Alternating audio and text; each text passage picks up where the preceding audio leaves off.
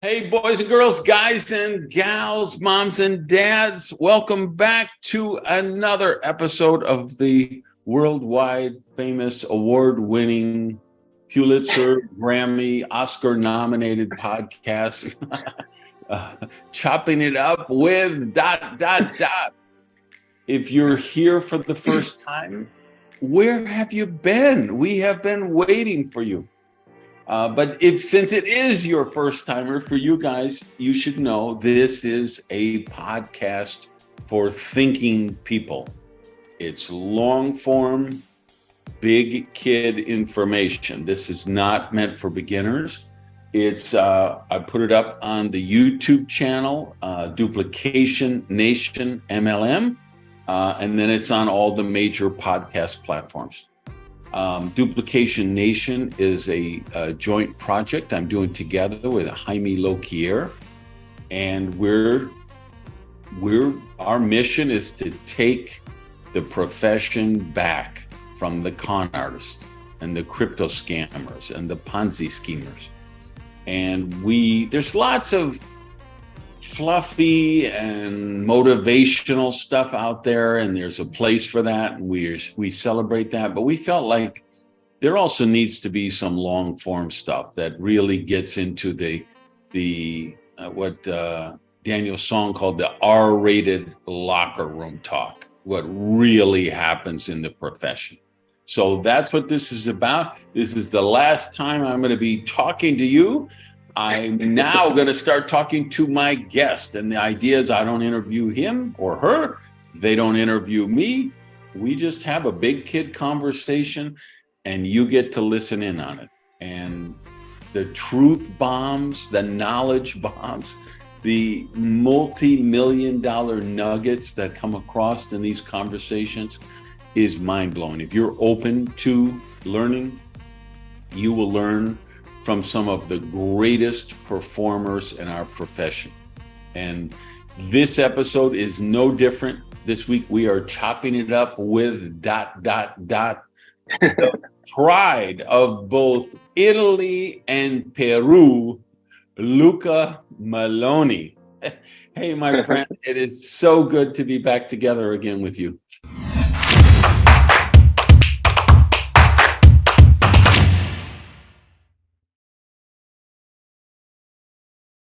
Hello, Randy. I'm very happy to be here with you and happy to be with this community you are creating. No, not creating, because you start creating this kind of community from I know you like 18 years ago.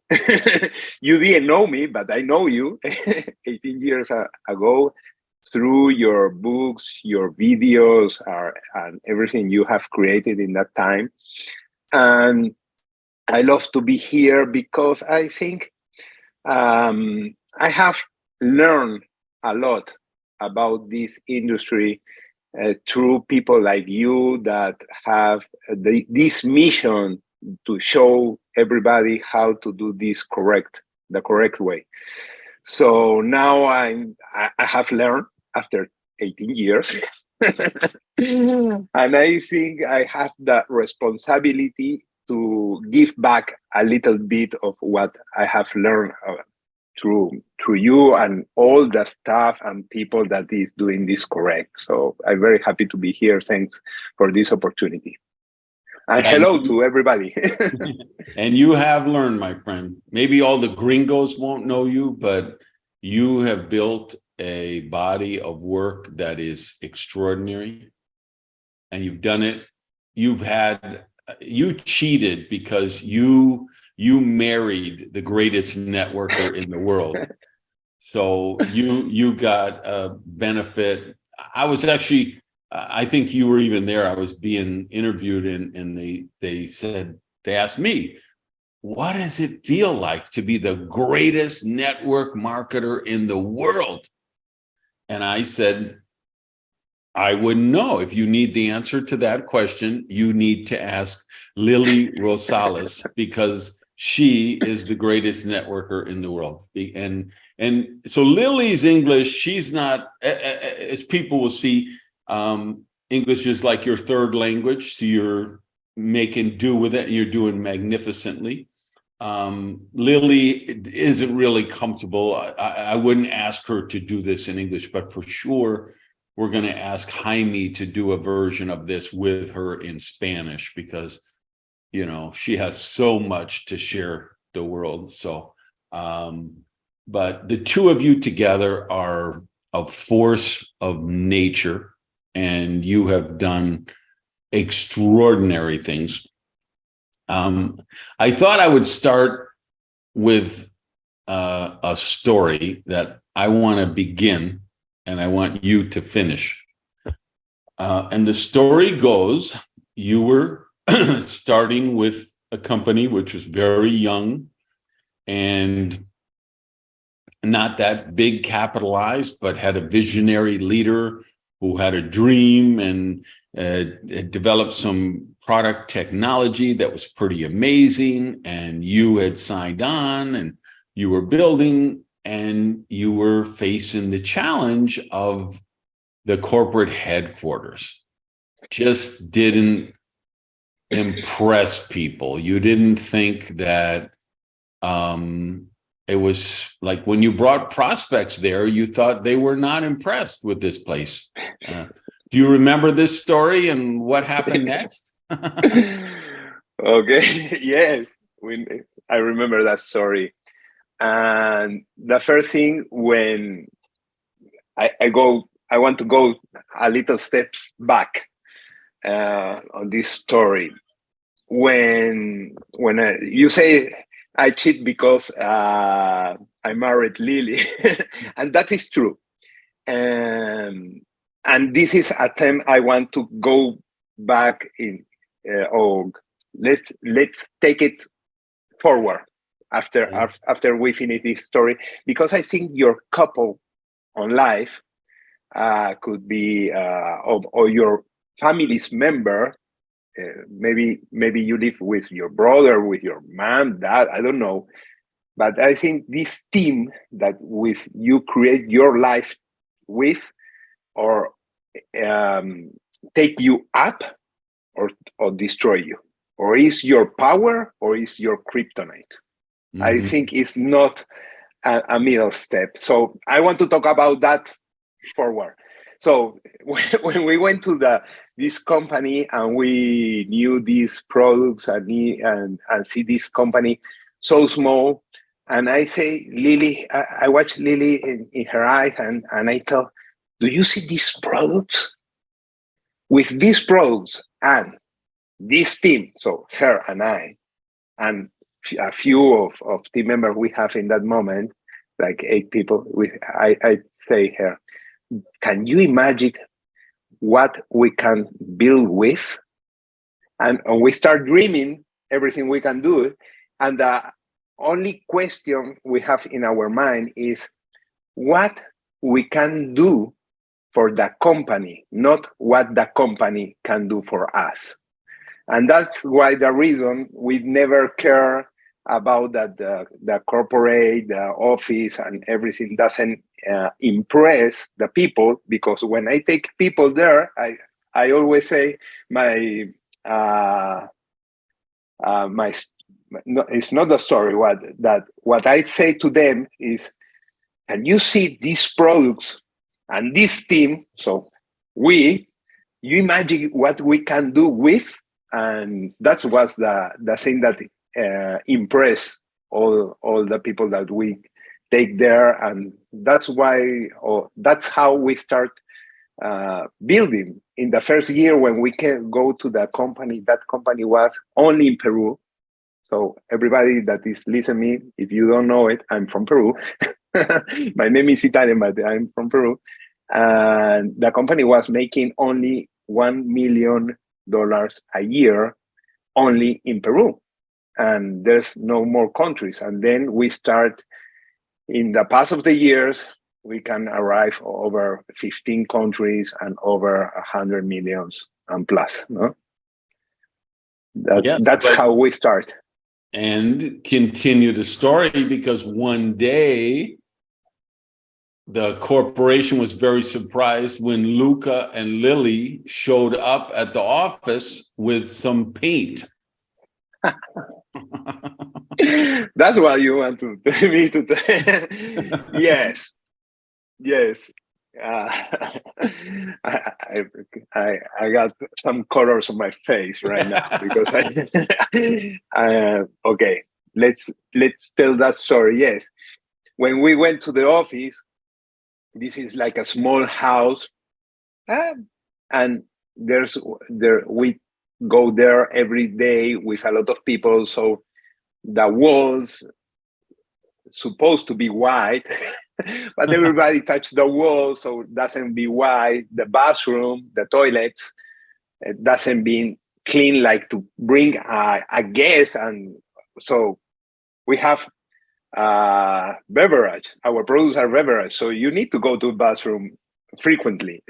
So I have a lot of shame to my guests to go to the bathroom because it doesn't was a clean bathroom. So one day we arrived to the office, and we were asking to the corporate to paint the office, to clean the bathroom and everything. So one day we arrived to the office with paints, brushes and everything to paint and clean the bathroom and everything. We go to the hall or the entrance of the office. We call the owner. We say, okay, here we have the material. Are you going to bring the people to paint and clean, or we do it? So answer me right now, so we start.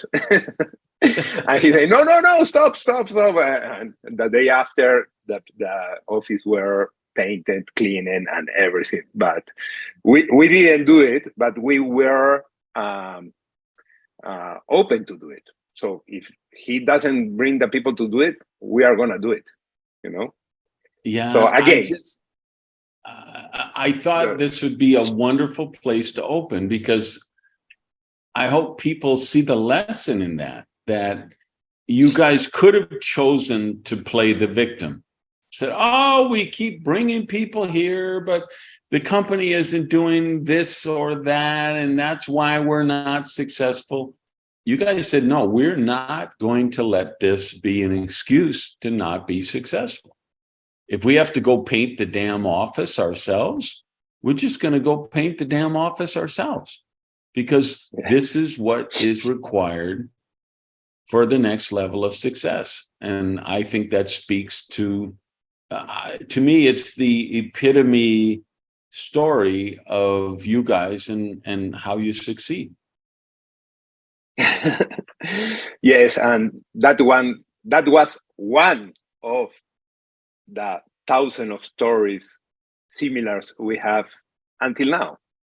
We still obviously the team and the company is bigger, and the things we have to do are bigger too.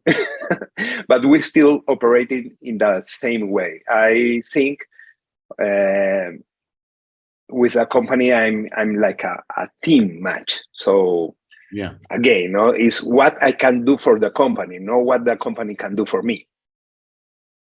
Our team, that thoughts that we have on mind always is what we can do for the company to help the company grow. Because if the company grow, I grow, obviously. So I say, if I'm an entrepreneur and the company, I have a code. I'm independent seller. No, I don't know how to say in English. Independent representative. Yeah, independent contractor. Independent contractor. But my feeling that is like I'm the owner. So I'm not the owner. I don't have partnership, but I need to feel like the owner of the company if I want to grow the company in the correct way. You really do. And that's one of the things, because I consult with so many companies and I consult with so many top leaders, and the percentage of them that are at war with each other is really alarming to me. Virtually I don't even want to give a percent, but let's say it's a really high percent. If I'm talking to the CEO, they say, our distributors have just got lazy. We have these top people now. They're making 50,000 a month, 100,000 a month. They stop recruiting. They're just, preening around on stage. They're not actively growing the business anymore.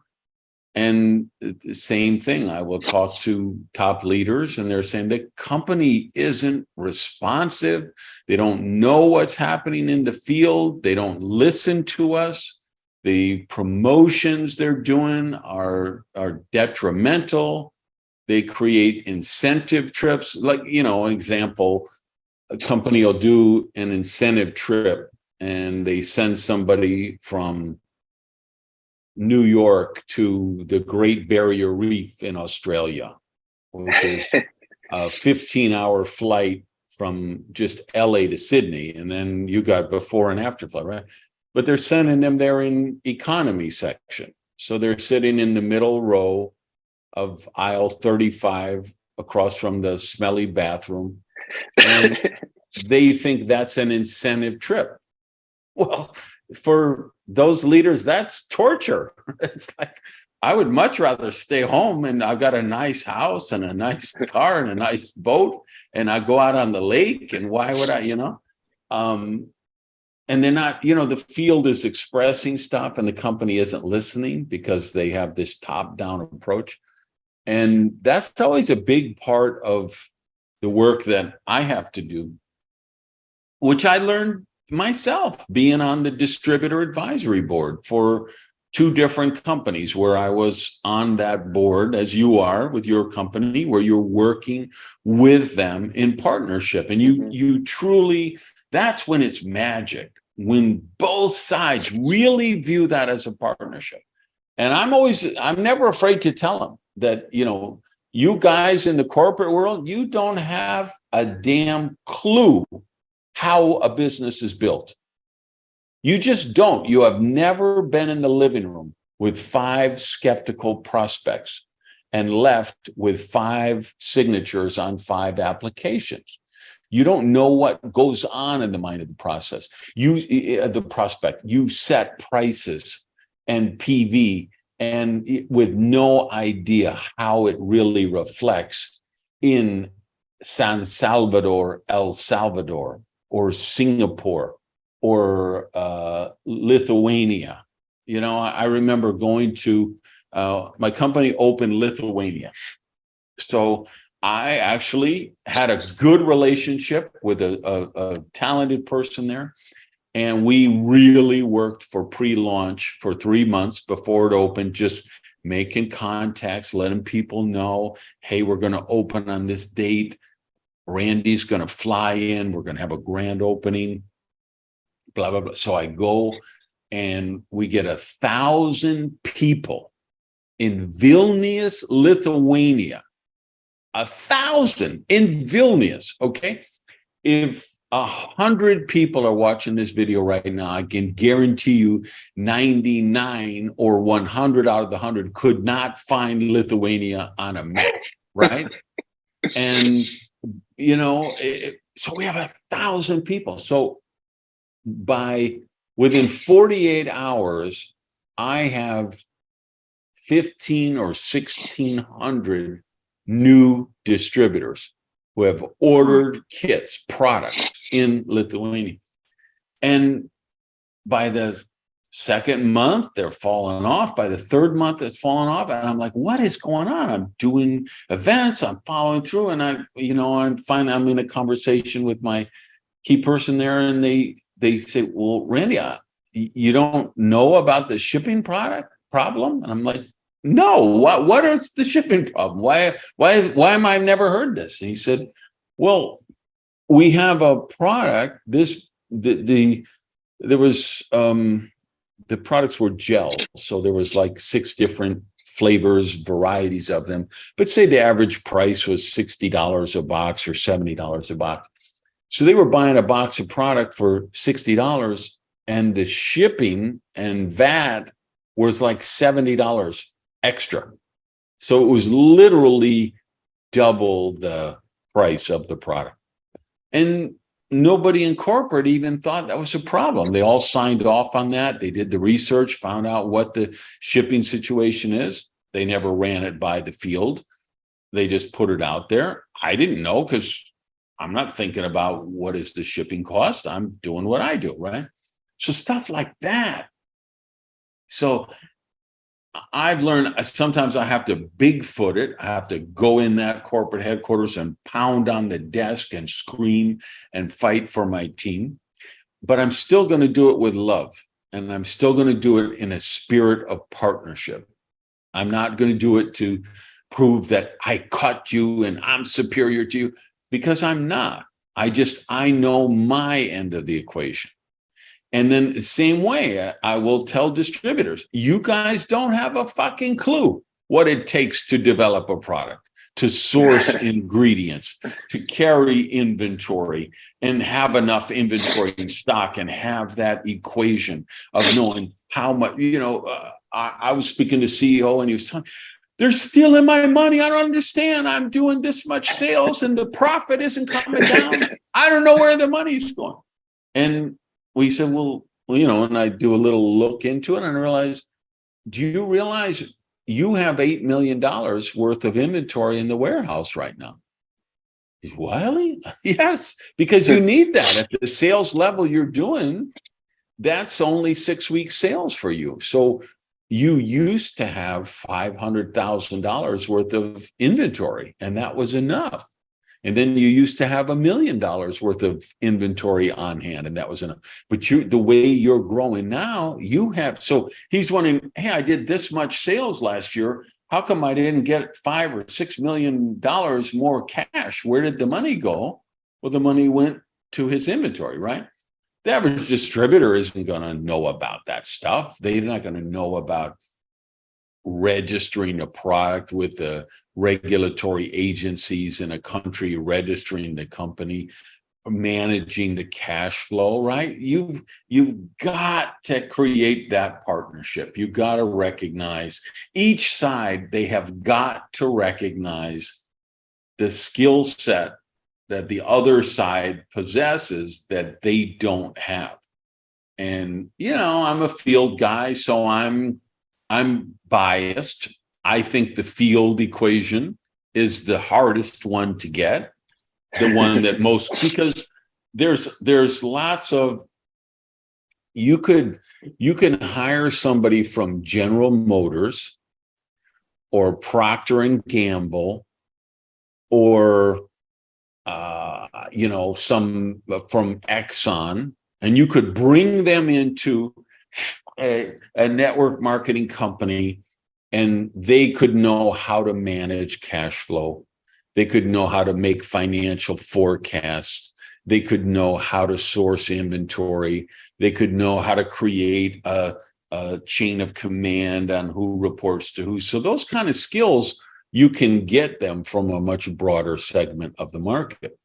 But if you took somebody from there and said, okay, now show us how to build the distributor team, there's nowhere they can't do that.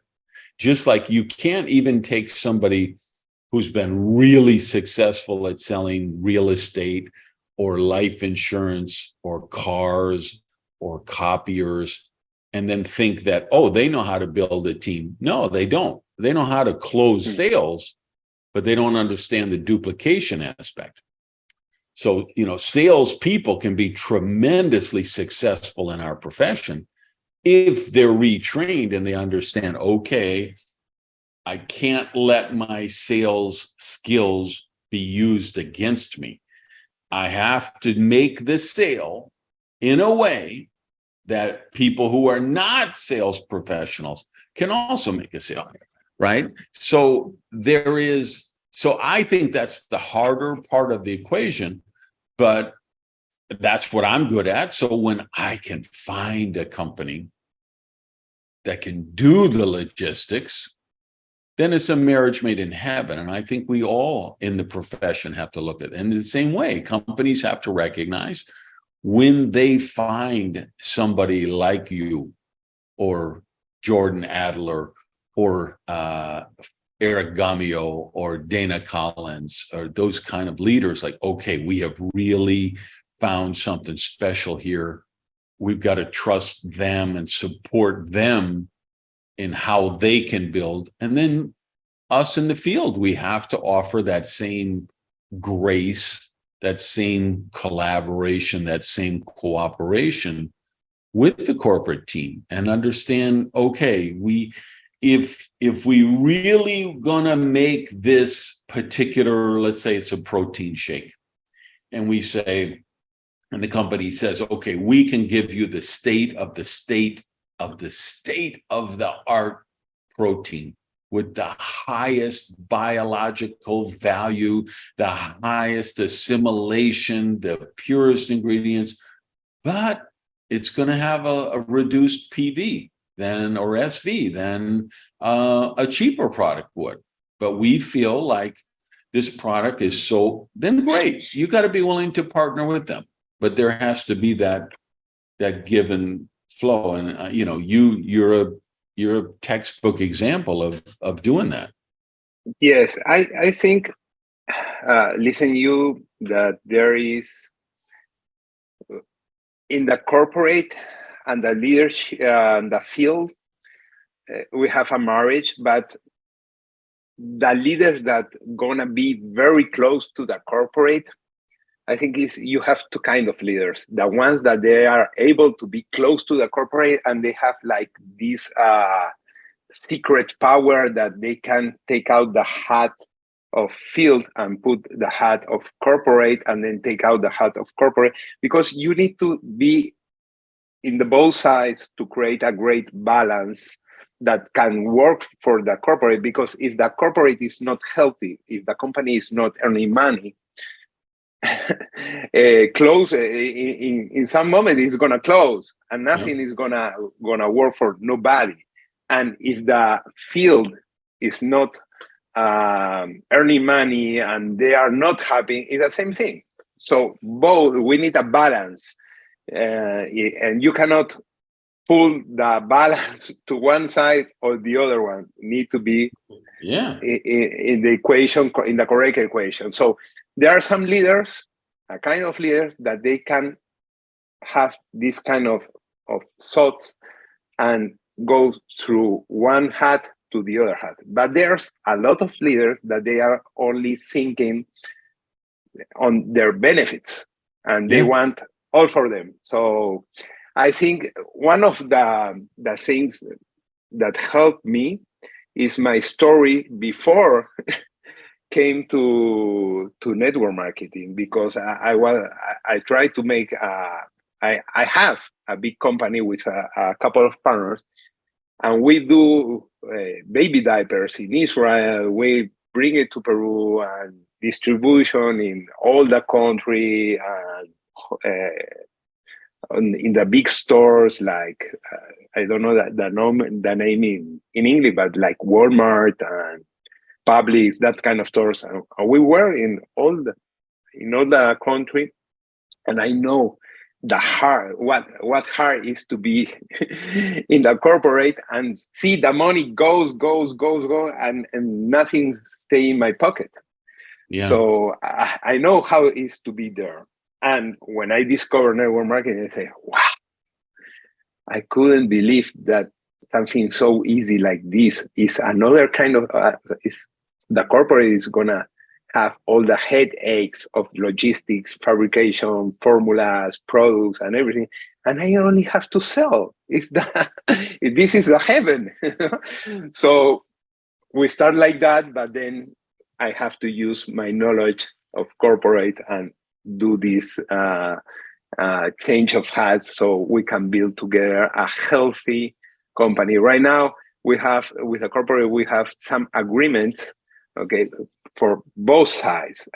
Obviously, any company wants to open a new market and grow, like the story you were telling. Of Lithuania. We want to open a new market, a new country. Everybody is excited because there are 1,000, 2,000 people waiting for us. But we have to make a break. And right now we have agreement with a company that the company is not going to open no market, any market. At least we have a meeting and studying the possibilities that if we open the market, we could attend. The word is not only bring the products, okay? It's because we need to give the product the logistics and everything working from the company part, but also we need the leadership to develop the market. So if you don't have products, it's not going to work. If you don't have the leadership prepared, it doesn't going to work. So if the company sends the products and the leadership is not prepared to support that market, the company is going to lose money. Yeah. And if the leadership is prepared and the company is not prepared, we are going to burn a market. Yeah. So we need to do it like a marriage, you know?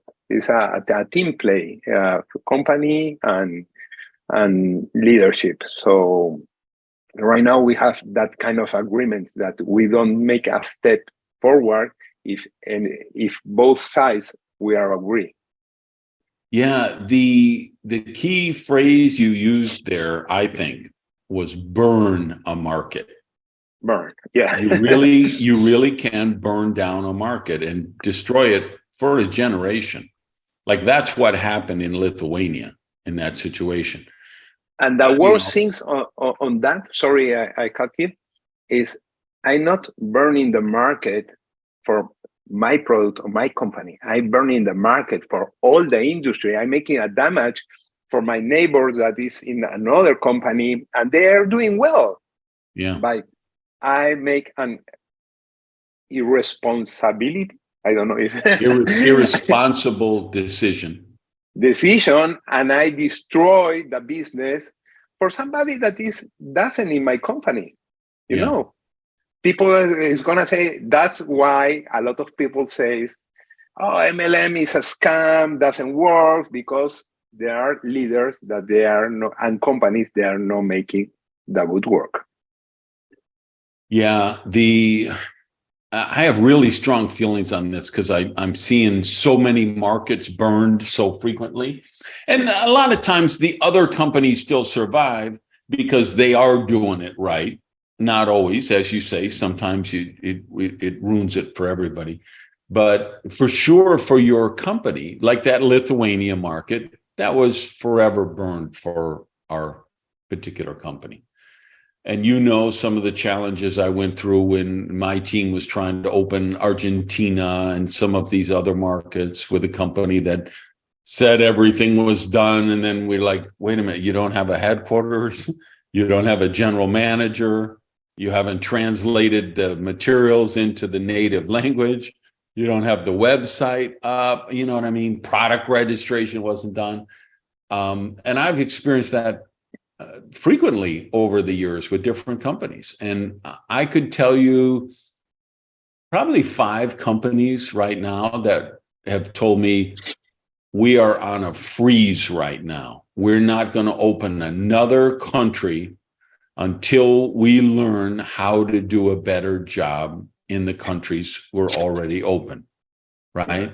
I'm hearing that a lot because it's so intoxicating to, it's like the restaurant business. The more locations you grow, how many units does McDonald's have? How many units does Kentucky Fried Chicken have?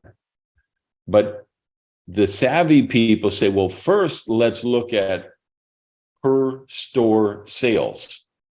Because it's really easy to say, yeah, we keep selling more French fries and hamburgers every year. Our sales going up, up, up. But if the actual average store volume is going down, and the only reason your sales are going up is because you keep opening new locations, there's a fundamental problem there. And there's a lot of flatline companies in network marketing that have been doing the same shit for 20 years They have no excitement, no growth, no momentum of any kind, but their stock price seems okay, or maybe what they report as sales in a private company seemed okay, but it's because they're opening new markets. And meanwhile, they're burning old markets. And that's a really dangerous formula that, unfortunately, some of the dinosaurs in our space, that's what they're doing. They've just realized, and you get the front row seat to it, I think, because the market, all the mature companies who have burnt old markets out, the market they look at next is Latin America. And they say, okay, that's much less developed. The competition isn't as great there. We can go in and open up a lot cheaper. It's very cheap to hire a general manager and open an office. And, you could open El Salvador with a budget of $50,000, whereas if you were going to open Italy, you'd need a budget of $5 million, right? Truth is, you can get open in El Salvador with $50,000, but you're not really open. You're not really supporting the field. You don't really have customer service, warehouse, office, infrastructure in place. And they're all the same. Well, when the sales reach this amount, then we'll hire a general manager. And if the sales reach this amount, we'll open it up. No, the company has to be willing to make a minimum investment in the basic infrastructure. I mean, I got a message from a European company in my phone, came yesterday that I'm not consulting with them now. We're talking about it, and they're saying, well, should we close the US market? We're basically, losing money every month. And my reply was, of course you're losing money every month. You never made the investment to open the United States the right way. You just got a way to get products into the country, and you're expecting the field to build it out without having the infrastructure. And then once the field proves the sales are there, you want to make the investment. So I'm telling them, get out of it or do it right. So there's a lot of that. And like I say, I think, LATAM is the guinea pig, because people are so poor there. Like, why are Go Global and Cifra and these other Ponzi schemes, crypto scams, where are they getting most of their victims right now? It's in Latin America. Yes. It's really an issue, because the level of poverty in El Salvador is so suffocating. The idea of that these money games promise, and the riches they promise, it's so intoxicating to people. But they're burning. The scams always burn out the markets, but even some of the legitimate companies are burning out markets because they're not investing in the infrastructure. Or, sorry for everybody's ears, I knocked my mic over. And sometimes the company has done the right investing, but like you say, they didn't really partner with the field to find out, is there leadership that's willing to work that market, that has connections, because when you open up a market, you need boots on the ground, right? You can't do it from your Instagram account. If you're in the United States and your company is going to open Malaysia, and you want to build a significant team in Malaysia, you better be ready to get on a plane and go 3 or 4 times to Malaysia the first year. Yeah. and I remember a story that you have told sometime, I don't know where. The way that a people or 2 people gets together and decide to open a new network marketing company, to people drunk in a bar and say, hey, let's open a company, and what we can say, no, I don't know everything, whatever. Right. But also we have that similar story of how somebody wants to open a market and goes to the corporate, the leader, and say, you know what? I have my cousin in that country, and he's, I don't know, somebody on the TV, have look, his Instagram have 10 million followers. We are gonna make it with him, so let's do it. And the corporate gets excited and then say, okay, let's do it. Let's open that market, and that's the way they burn the markets. Yeah. It's a tragedy. Happens a lot. What else? What do you got on your list of stuff you want to talk about? Oh, yeah. I have a lot of terms, and a few days ago, I was talking with a partner that we are forming him. Is a young guy that he's working very hard and have a couple of years, have good results, but not brilliant results. It have results, but not brilliant. And he want to go brilliant, break the diamond. He's under the diamond. And he told me, we have a coffee with him, and he told me, hey, look, I need to know something. The leaders, they are gonna appear in my team, or I need to form them. The leaders is gonna appear, and okay, here is the magic leader that is gonna pass me and make more volume that I'm doing, or I need to bring it, work with him, form him. And I stay thinking on that conversation with him. And I think that everybody that see the vision of what we can build here have a leader inside. And what is our work? Everybody. So the leader, I think the leader everybody is a potential leader. And our hard work is to open the shield and make him to come out.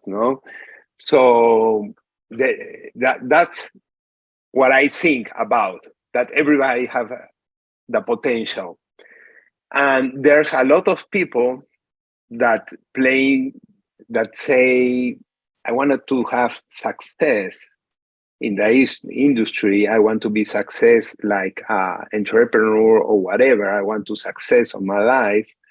And they have the information, and they don't want anybody to help them to open the shield that they have to come out, and because open that shield have to came through a big struggle. Always you have to struggle to open that shield.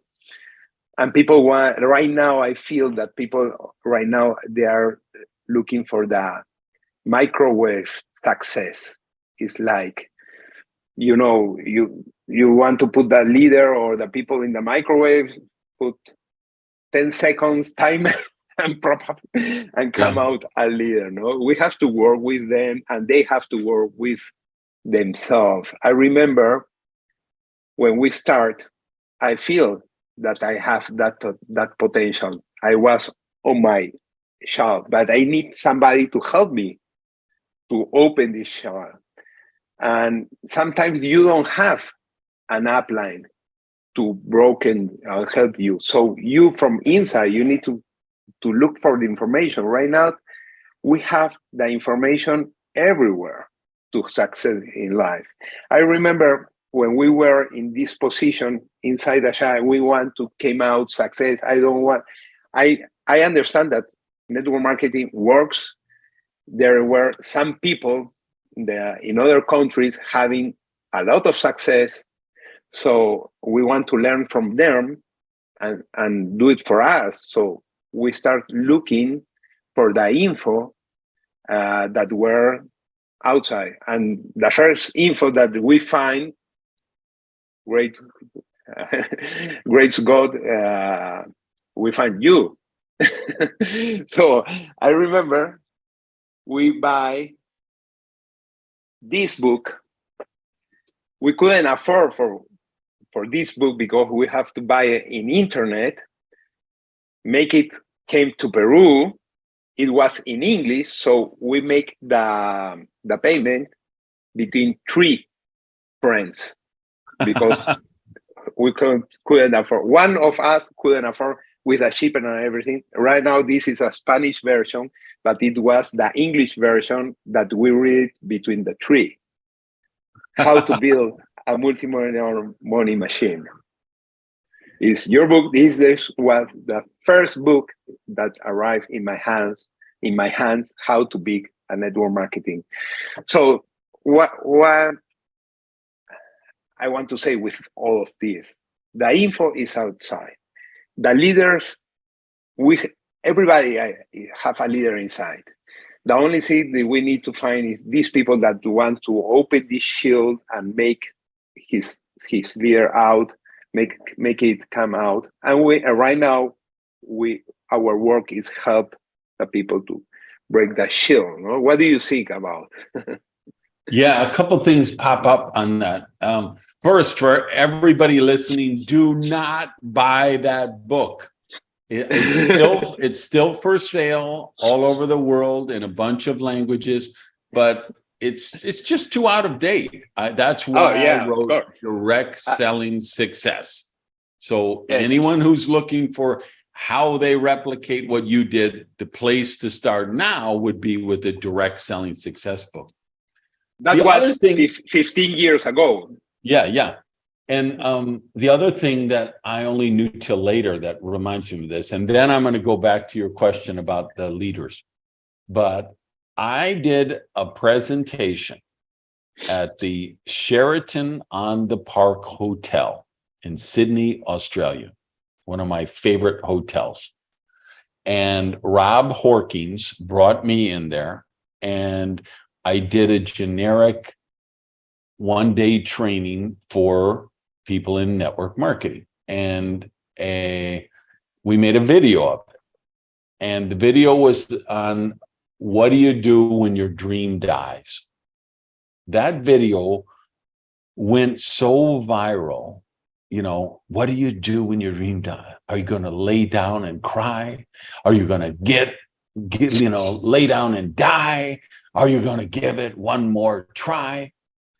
That video it's still got millions and millions and millions of views all over the internet, in individual accounts, just pirated accounts where they copied it on their phone and they put it up on the channel. And I will see it in Bulgarian with 200,000 views, and it'll be in Macedonian with 60,000 views and whatever.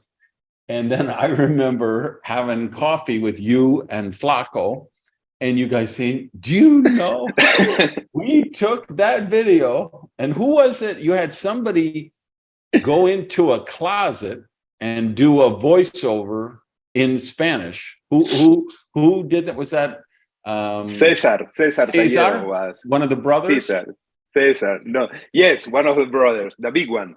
Yes. And you gave thousands and thousands, I don't know how many views, because you used that for years and years.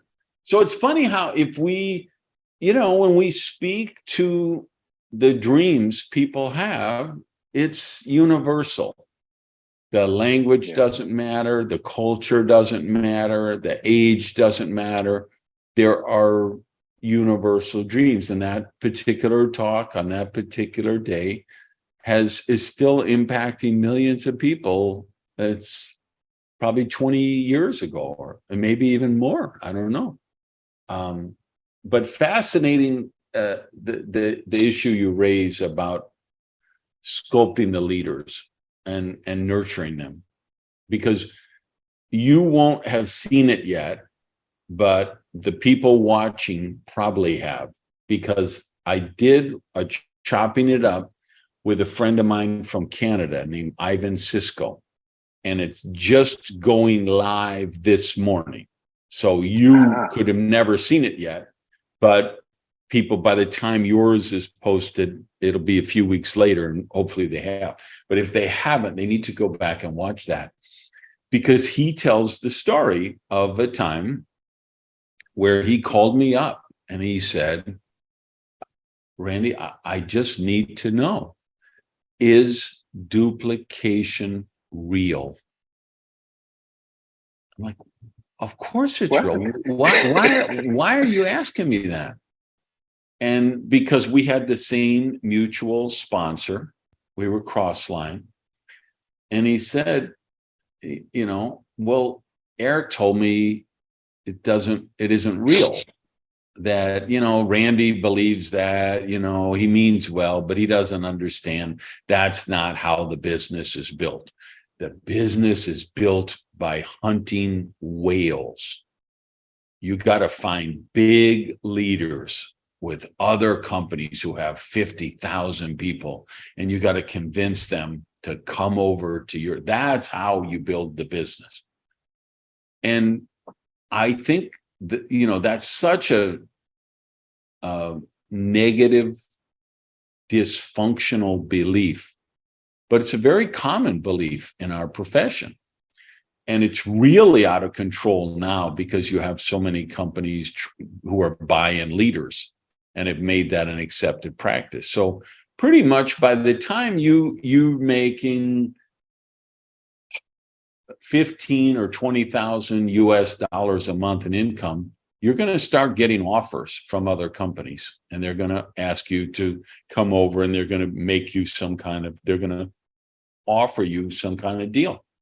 And, like if it's a binary deal, they'll say you'll have one leg cooked and you just build one leg. And it isn't twice as easy because of the way exponential growth works. It's like 100 times easier, because when you're just building one leg, it's auto qualifying everybody above. It's just night. And of course, none of the people who don't have that deal can duplicate your results. And so it creates a total meltdown in the structure long term and destroys people's dreams.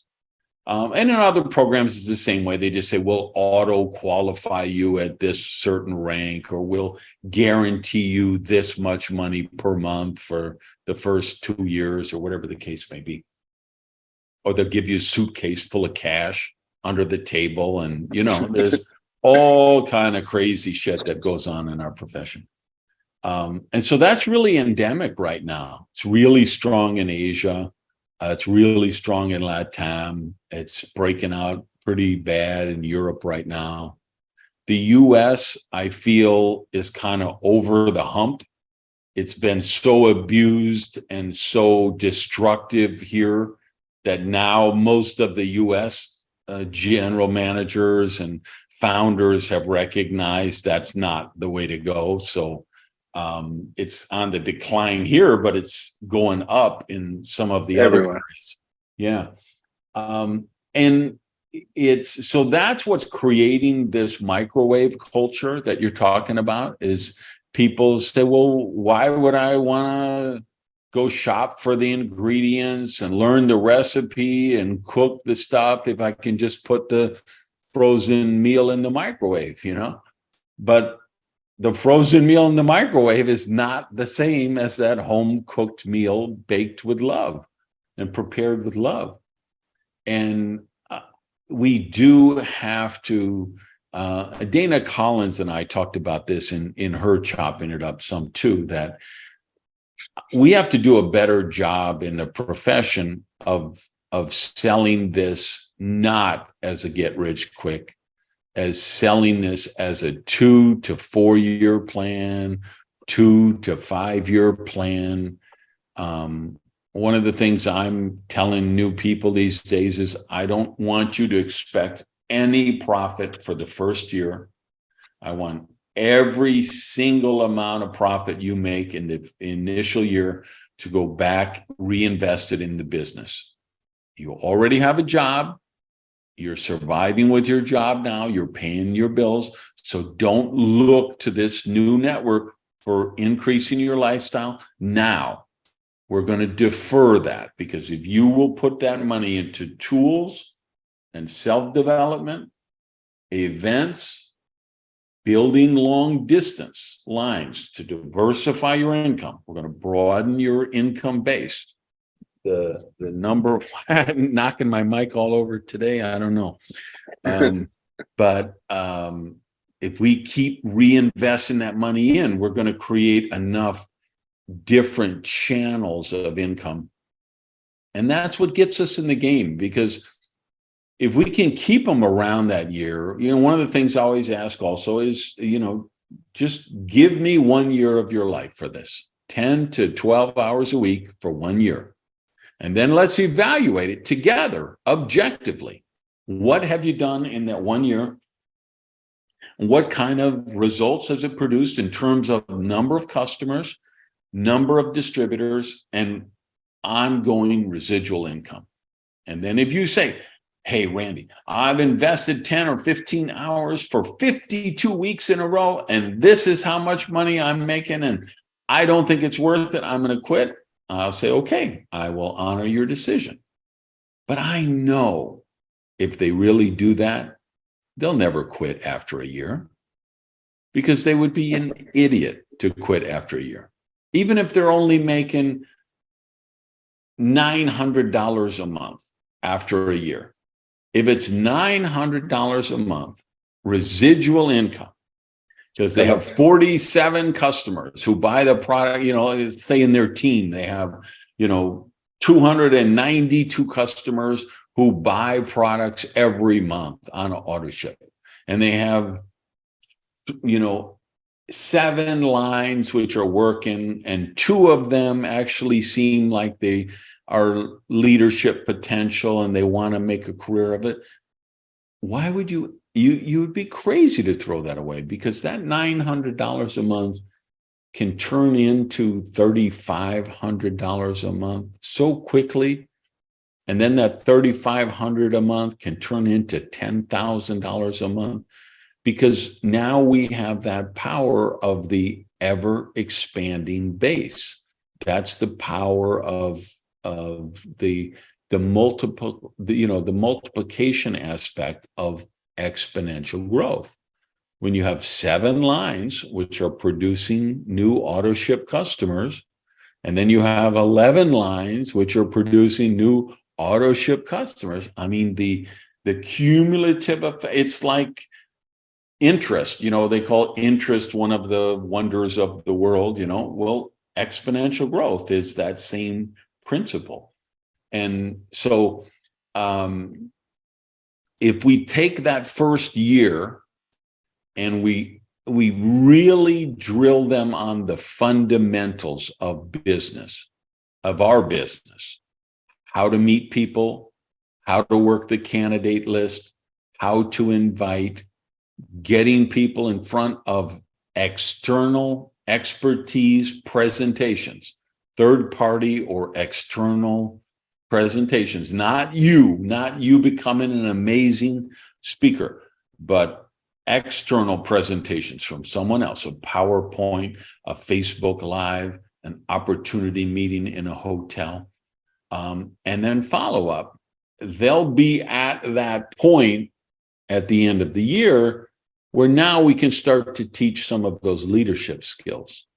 And that's going to be, the biggest ones are going to be how to communicate better, how to handle conflict resolution, and the other people skills of dealing with the egos and the, people who drink their own bathwater, start to believe their own press releases, and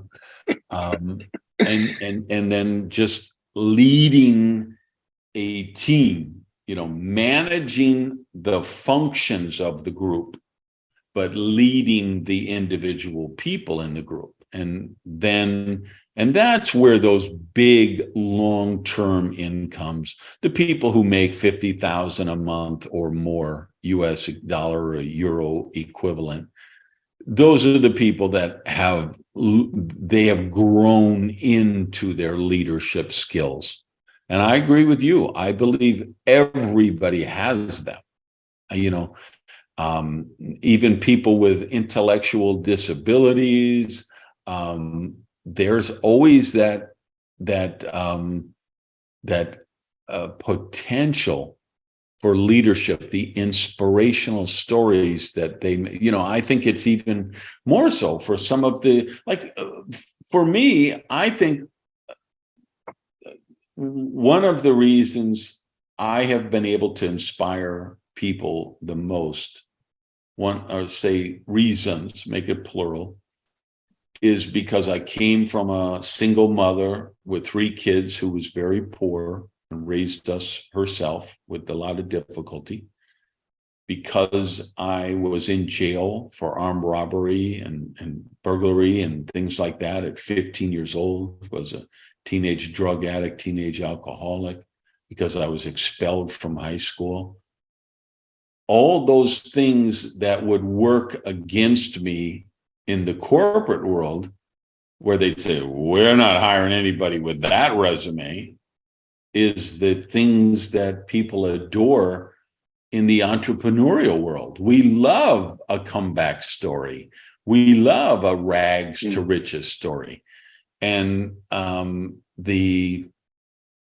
think that's the secret ingredient we have that the other businesses that they can't compete with us on. And so I think that's where we can bring that, and I think that's why we bring out the most leaders in our profession. Nobody creates leaders like network marketing, direct selling. Nobody. It doesn't happen in the entertainment profession. It doesn't happen in politics even. It doesn't happen in the industrial sector. It doesn't happen in the corporate world, not to the degree we have, where people are just, we are taking Uber drivers and waitresses and school teachers and nurses, and they are building multi-million-dollar international companies with thousands or tens of thousands of stakeholders, and they're leading those teams because it's the intrinsic part of our business. That self-development is baked into the cake in our business that it isn't in so many other businesses. Yes, I think that the harder work that we have, like leaders or recruiters, is when I bring a new partner to the business, and I talk to him about what we can do and everything. And he says, "Okay, let's start. Okay, and I'm gonna do this part-time. I'm gonna leave from my job, and I'm gonna be commitment this year." But all of us, we know that the hardest work is that these people stay this year. Yeah. maybe after 1 week he drop out, 2 weeks. So we have this, the system is designed, the system of the company, of the team, is designed to take these people from where they are right now in the zero moment until 1 year, 2 years, 3 years, they explode. But the harder work that we have to do, like recruiters or leaders, is keep these people on the system. I say that the system is like a train that have the rail train, and the train is going. So we need to put the people inside the seats in the train, and block the door so they cannot jump out of the train, and let the train do the work. And the work is going to the events, assist to every event online. If you can go to I love the presential events. I know it's hard for a lot of people where they have to drive a lot of hours or whatever. but the effect that you can have in a presential event where you see and can touch the people, feel the energy, this energy, these events, the system, the train, and every week that is coming, week plus week plus week plus week until you make a year.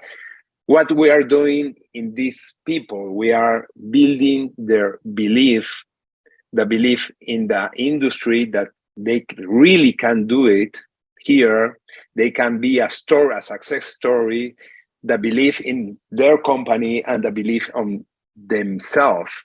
That is the more important. That belief, when I believe on myself, is that the moment I know I will be able to break this shield to become me a leader and have success.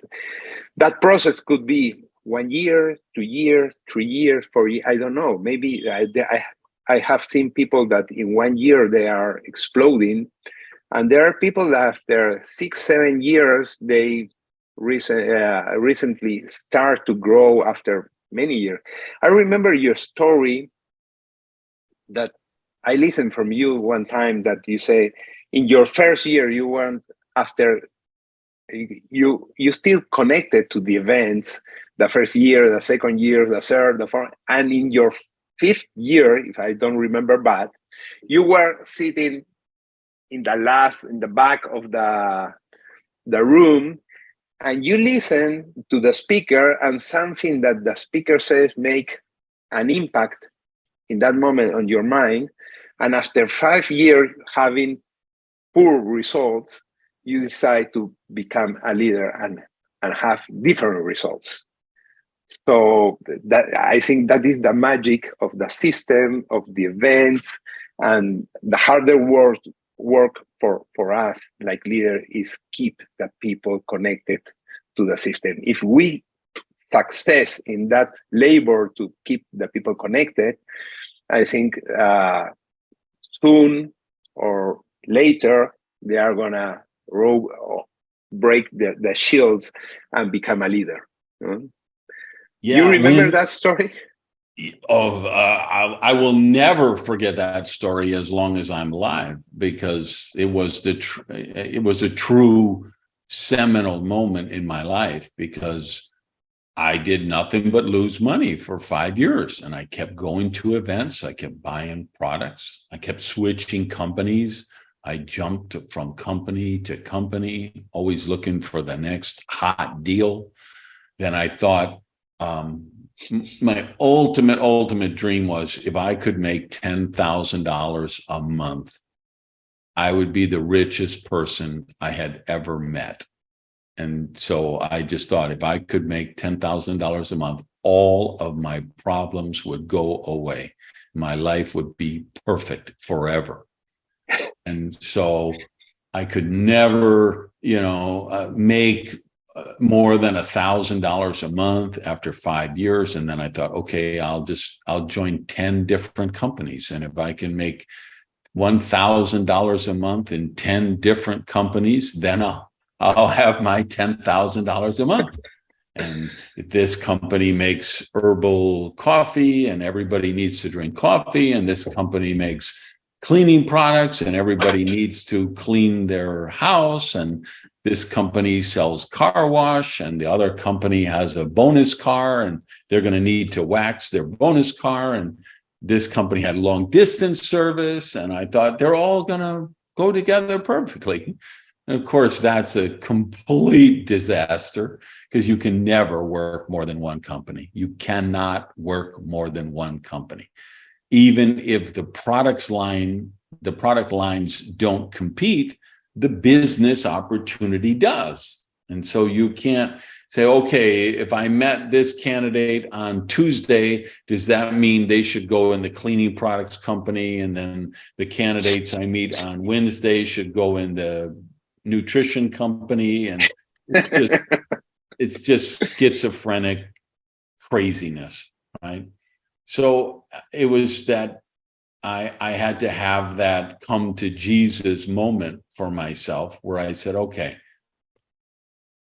is this network marketing all bullshit? or does it really work?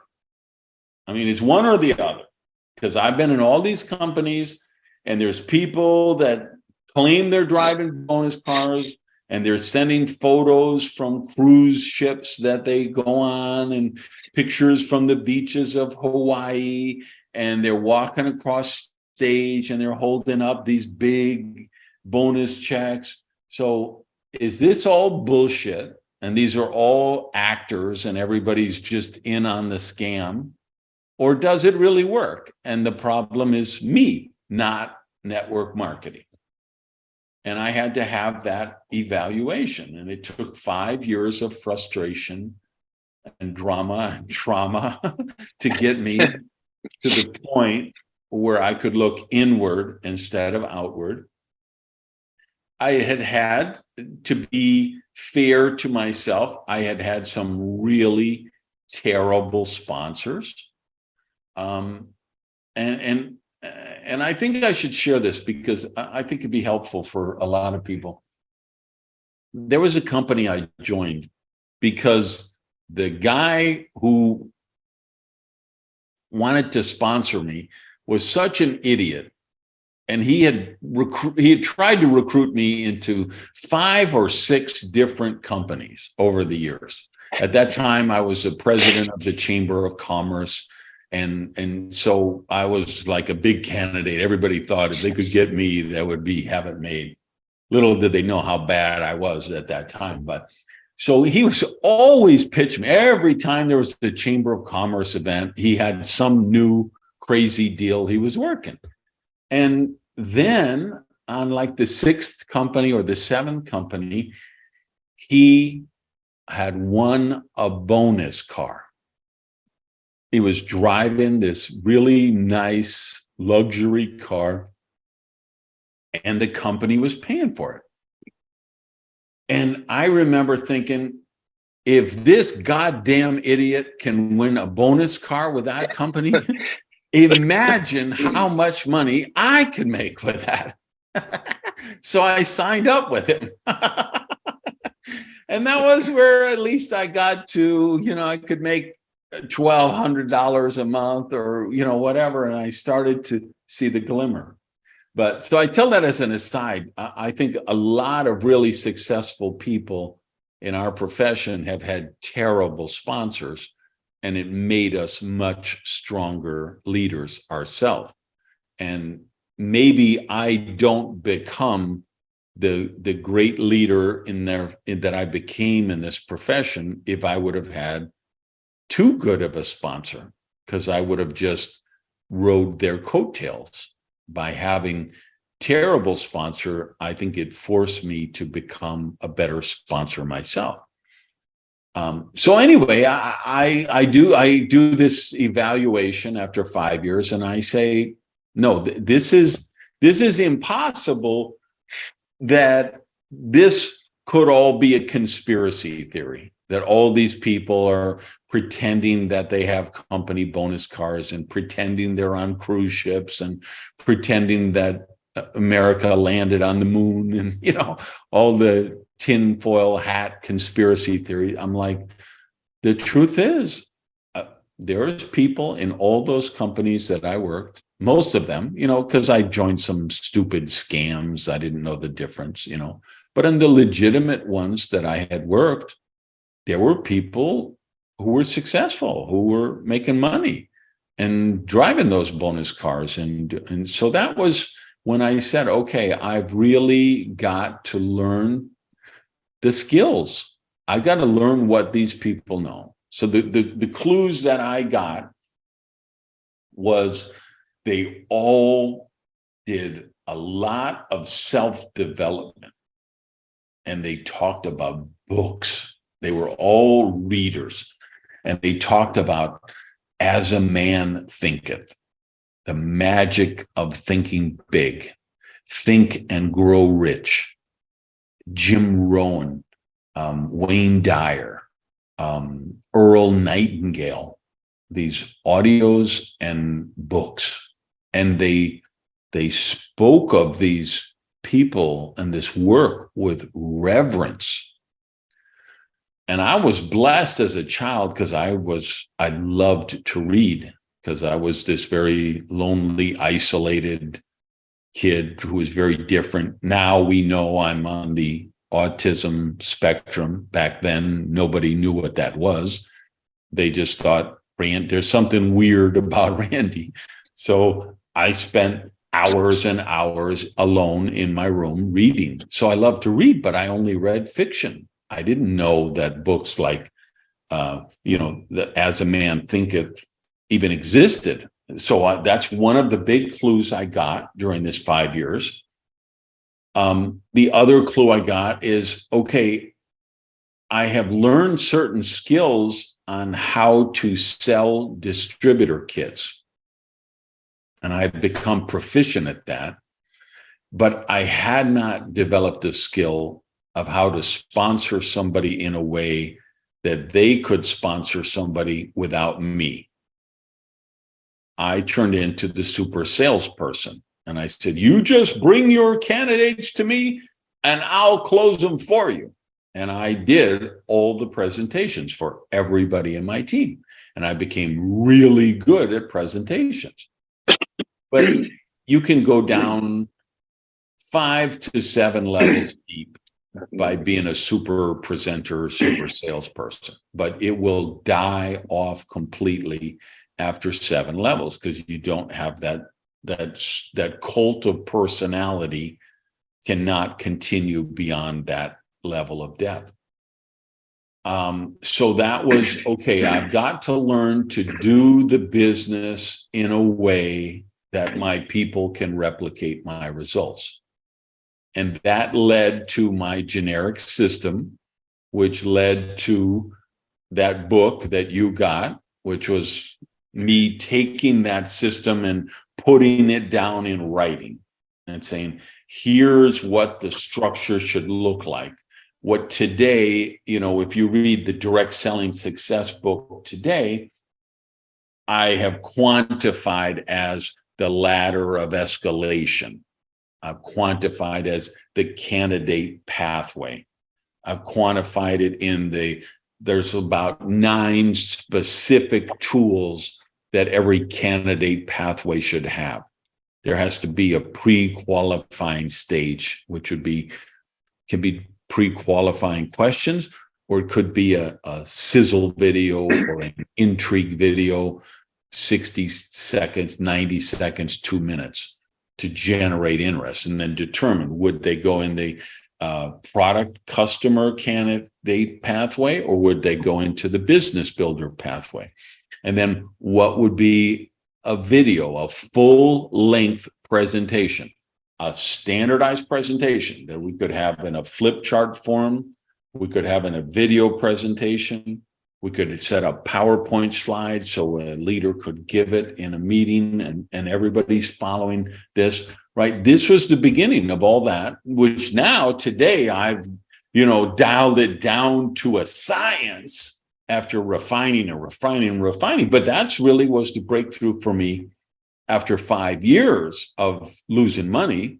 Because even when I was making $1,000 a month, $1,500 a month, I was spending $1,700 a month. Because I was, spending so much money to get, as long as you can afford to lose money, you can grow any business, right? Like Amazon lost money for years and years and years. Well, they had billions of dollars in venture capital. I didn't have any investors in my business. I was taking the money I was earning, working 18 hours a day in a restaurant, and taking part of my paycheck and investing it in my network marketing business. And at some point after 5 years, you got to say, I need to reevaluate this. And that was the beginning of me learning to become a leader. So the other thing this story takes me to, or your story, your question, is how you took this to the next level. Because a long time later, so maybe it was 20 years into the profession or something, 30 years, I was testing this idea of a follow-up meeting that wasn't a presentation. It was a training. So we said the first step was the pre-qualifying. We determined, are they actually a candidate? And are they a candidate for the business or the product track? Right. And then we bring them to a full presentation if they're interested in business. So it shows them everything. Benefits of the business, benefits of the product line, how leverage works, what kind of support structure is in place. There's a call to action with this recommended, distributor kit and some kind of product packaging. Then there's a standardized new member orientation, right? So bring it to that. So this is that candidate pathway that I referenced a few minutes ago.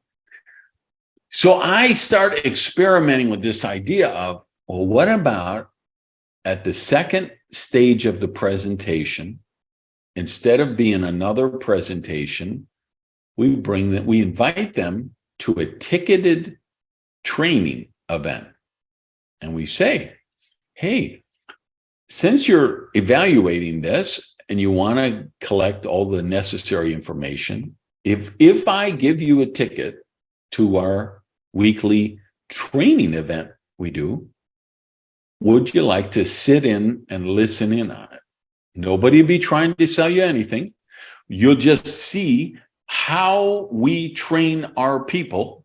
You'll see how the business is done. And then you'll be able to make a decision on whether you think that's the right thing for you.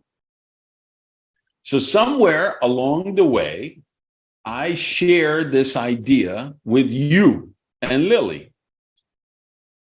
And I'm just playing around with it. I'm like, let me test and track this and see how it goes. And I think it's going pretty good because it takes away the defensiveness of the candidate. Because they say, oh, yeah, I get to sit in on the business. Nobody's going to be trying to sell me. I don't need to lock up my credit card. I can just see. So they come to this second presentation and they're open-minded and like, let me really see how this works. And then they see the kind of training they get and they join. So I tell that to you and Lily, you guys go back to Peru, and I don't know if I was calling them leadership school or leadership academy. Then you created, I forget whatever name you came up with, and you just perfected it to an art form with thousands of people coming to these. Yeah. Will you talk about that a little?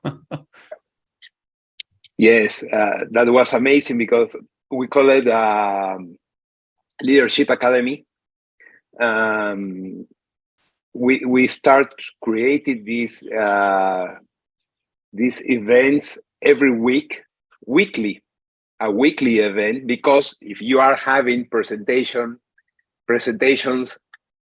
every day, so every day you have, if in all your team you have a lot of candidates that they are thinking about. So we need to accelerate that process. We cannot do it one a month. We need to do weekly. So we start to do it weekly, and in simultaneous, and at the same time, we start in Lima, small, until when we couldn't find a hotel room bigger enough to bring all the people. So we need to break the team. So each leader... You're going too far ahead. How many people were coming to the first one in that, it was like a house, half of a house thing? How many people? When we start, it was like the seating places, the chairs, like 25, maybe 30. Right. And we've been in that room like 1 year, making hard to bring the people in that room. That it doesn't was hotel room. It was a garage of a house that the owner make it like a presentation room. So he rented, and we start rented every week. And our dream was grow enough people to go to a hotel room. So we start to going, after 1 year, we can change the room to a 100 people room. And we have 80 at least for several months in a ugly, very ugly hotel. But it was what we can afford in that moment. And when I say ugly, it's because it was this, imagine what kind of hotel was, because here was the hotel, and you cross the street, and the local in front, the street is a nightclub, not discotheque, a stripper club. That a stripper club. So imagine for what is hotel in front of the stripper club. And underground they have a room, a very cheap room, because nobody wants to rent that room. Right. Nobody serious want to rent that. So we can afford that room for another, I think it was 6, 7, 8 months more or less, until when we jump, these times to a serious hotel. So a hotel with 300 people capacity. And then is after 1 year and a half, 2 years maybe, that we went to this nice hotel, was when everything explodes. So we went from 25, 30 people until this hotel. And when we arrived to this 300 people room, and we couldn't afford 400, 500, 600, and everybody wants to come, more candidates looking the second presentation, the training and everything. That was when we decided with the leaders of the team to say, okay, Cesar, Flaco, Eric, Gianmarco, and each one, okay, you need to make your own hotel with your people. I'm gonna build my own hotel with my people. We need to be separate because we cannot find a room bigger enough for everybody together. So what happened there was that in 1 week, in the same day, because what we want to do is all the teams make the event the same day of the week at the same time, so we avoid that people that want to go event to event. Right. So I don't want the people of Gianmarco coming to my event. I want the people of Gianmarco going to Gianmarco event. So we build that way. We arrived to have, like, in one night in the same city, over 60 or 70 events at the same time. It was crazy. And then it spreads all the country and all the markets we have in other countries, until we arrived to 2021 pandemia, and shut down everything. We went to, and I think this is very important to everybody that is listening this time. We shut down the presential events. And presential, when he says presential, you mean in-person events? In-person events. No Zoom meetings, no virtual online, and so that the ones you go to the meeting. And we shut down everything because we couldn't made it, and we start online. We do well online, but and we grow a lot online. We were prepared to go online, but when the pandemic finished and everything restart to go normal, the online business it happened something real, because we came from presential or In person. seeing in person to online, and we still growing online. But when everything changed to in person again, that so you go to the grocery, you can go to your work, and everything starts again. The same thing. The online business not came down, but stay plain. Flat. Doesn't doesn't still growing. The energy of the people was going down, and everything is like the mud of the people. No, it's like, oh, I don't want to take out my pajamas. I want to still make it the business from the bed. I'm comfortable here. Yeah, And you know yeah. what? If you want to success, you need to. I don't know why, but it's like a rule of life. If you want to success, you need to be uncomfortable. Success and comfort zone doesn't goes together. So staying online is like to stay on the comfort zone, and the business stop growing. And when something is not growing, is declining. Yes. So what we do, like already 8 months ago, we start again the same game we did it 10 years ago. So right now we are having again that rush and momentum everywhere in all the countries. Now, after 8 months, and right now we have every week new ranks, people growing and celebrate, because we came back person to the person business again, to the hotel rooms and everything. I don't know why, but that energy that you receive face to face is impossible to transmit that energy by Zoom or by online or a web meeting. 100% on that. Every company I'm working with, I'm telling them the same thing as you. You've got to get back in the real world again. You can't keep building this in the matrix. There was a dynamic that happened during the pandemic that made people excited. I mean, literally excited to watch a Zoom presentation.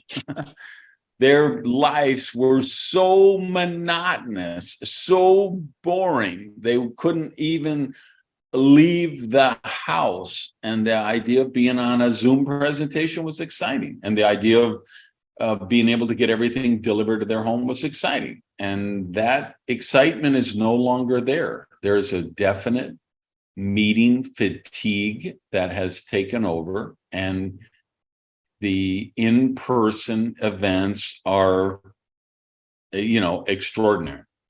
The results that they're getting, and what, the pattern, the progression and pattern you guys saw, I saw all across the profession in the well-run companies. During the pandemic, they had their best years ever, like record-setting years. And then by late 2021, 2022, they were down. They were hurting. Things were looking really bad. And some of them went out of business, and some of them are going out of business. But the ones who pivoted back to in-person events and back to doing the fundamentals of recruiting right and leadership development, they're doing really well right now. So people are no longer allowed to use the excuse, okay, the pandemic gave us this big boost and now it killed us and it's not our fault, because the leaders in strong companies are doing well right now and they're growing. So one of the things I had on my list to talk to you is I'm always been impressed with, because you raised the leadership development question, but I've always been impressed with the attention to detail you do working with your personal leaders. You were doing book clubs and study groups, and you had like meetings where everybody agreed to be in person in this meeting at a specific time, and if they weren't a minute before, the door was locked, they couldn't go in. Where you really were going high-level leadership. Can you share what you're doing with that? Yes, I love that, and I feel that it's like for us, it's like the nest. You can say is the correct word where the birds puts her baby eggs. Oh, the nest. Yes, the nest. The nest. Okay, for me, that groups are the nest of the next leadership generation that we are forming. Every leader that have a rank, important rank in the company, we try that everyone have one of this group. We call this group the develop group. Develop group, Grupo de Desarrollo. Growing group. Yeah, development group. Development group. No? And obviously, we have qualification to be in there because I don't want to spend my time with somebody that doesn't appreciate my time. That's the first thing.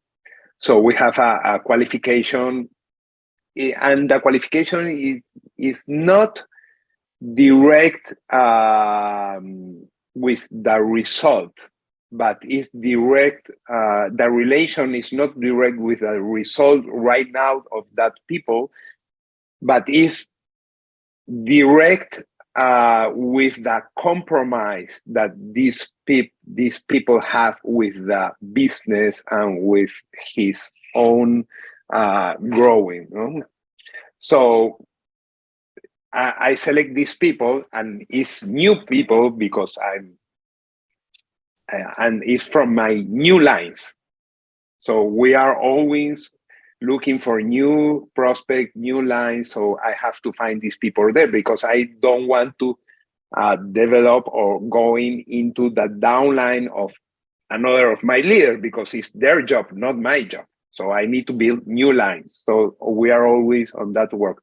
And the dynamic is we get together once a week and we have some schedule that we go through this meeting in 1 hour. And the first thing that we do in this schedule, or the first thing, we have a mantra, okay, a declaration, a mantra, like a team where we declare and get inside what we are building. So it's a declaration of our vision. The second thing that we do is it's not so no we don't pray, but one of the team of this group, and we rotate, is this week could be you, could be me, or another member of this group, is it's not a praise, it's a agradecimiento, is say thanks. Yeah, kind of a to life. Yeah, just a declaration of appreciation, I guess, would be gratitude, expression of gratitude. That's it. Expression of gratitude of what you are living right now. So is the most important of this this declaration of gratitude is turn our mind on the positive viewing of life. You know, let's tune positive, because normally you have struggles all the week, and it's normally that your head, your mind could be with negative influence of things. So we start with that. After that, we have a checkpoint of objective bullets, or the things that I declare are gonna do for the next week. Okay.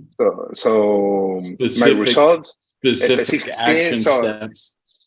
Okay, so I check what I declared last week and control what we do. So what we have done in this week. So I say I'm gonna do, I don't know, 10 presentations. I'm gonna sell 10 products. I'm gonna go to this meeting to another. So everybody check what they have declared last week, what they have do, and declare what they gonna do for the next weeks. So goals, no? What are my goals for the next week? So we can measure the advance of each one, measure the actions, because if we don't measure, it's well done, well say, measure, okay, measure the progress. We don't have progress. We have to measure it. Right. So that is the other part of the meeting.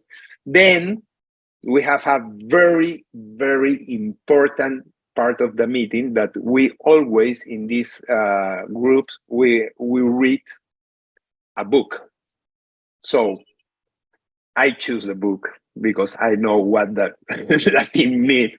So we read a book, and it depends how big is the book. Maybe we need to read 1 or 2, 3 chapters.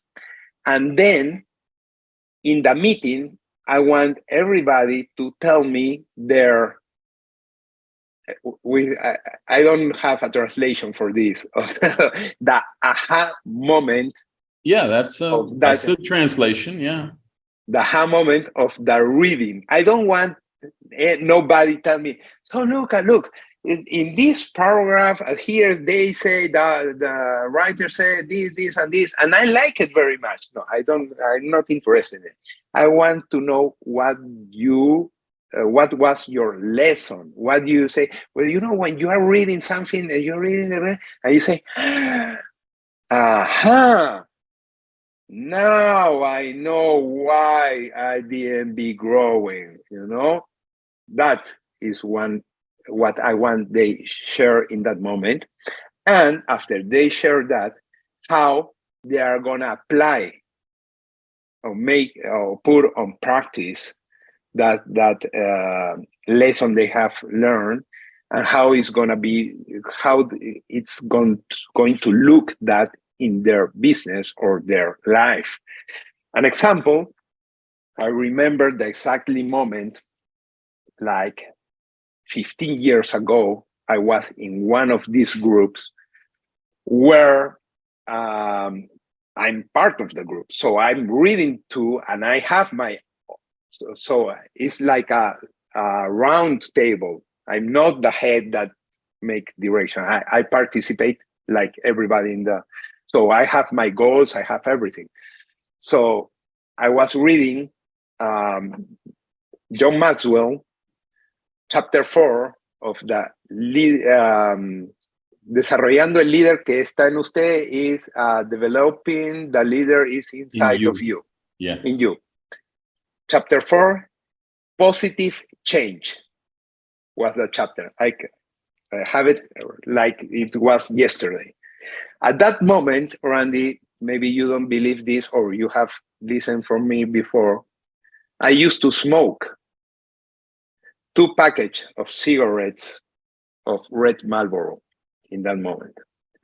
And when everybody was making the declaration of changing positive, arrived to my turn, and I realized in that moment that I always say, no, I can quit. I'm not an addict to the cigarette. I can quit this whenever I want. So I'm in control. But when it arrived to me, the moment I realized that, and I think in that moment, if I'm not able to leader myself in an action so simple like quit smoking, I could not be able to leader nobody. So in that moment, my aha moment was that, and my declaration in that moment was, okay, in that moment, in front of you guys, I quit smoking right now. And I never touched, after that moment, a cigarette until today, and never more. So that is the magic of the aha moments. That is the decision that I search in each person that is reading, and in this development group. So every week, everybody is taking only one decision.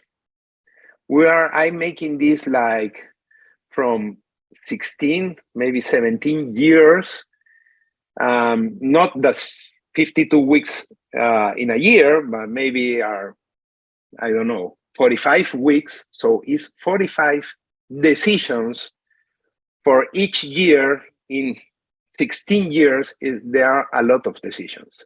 A lot. Amazing. So that is step by step by step growing myself and helping growing others. So I think that is the most important part of this meeting, the aha moment, and taking a decision how to apply what we are reading in the book. And after that, okay, we already set the goals, we have the book, and after that, we have the announcements from the week, and we end the meeting with a part that is gonna be like funny and happy, because we share our win corners of the week and our horror story of the week. So everybody knows that everybody have an horror story in the week, and everybody have a win corner. So that's also is very important, because maybe I have a horror story this week, and I think it's only me. The only one that have horror stories. I know everybody have a horror story in the business. So that's the meeting, and we have the other thing that is very important with this group, that have a beginning, okay, at a beginning date of the group and an ending date of the group. That is, it goes with the number of chapters that have the book.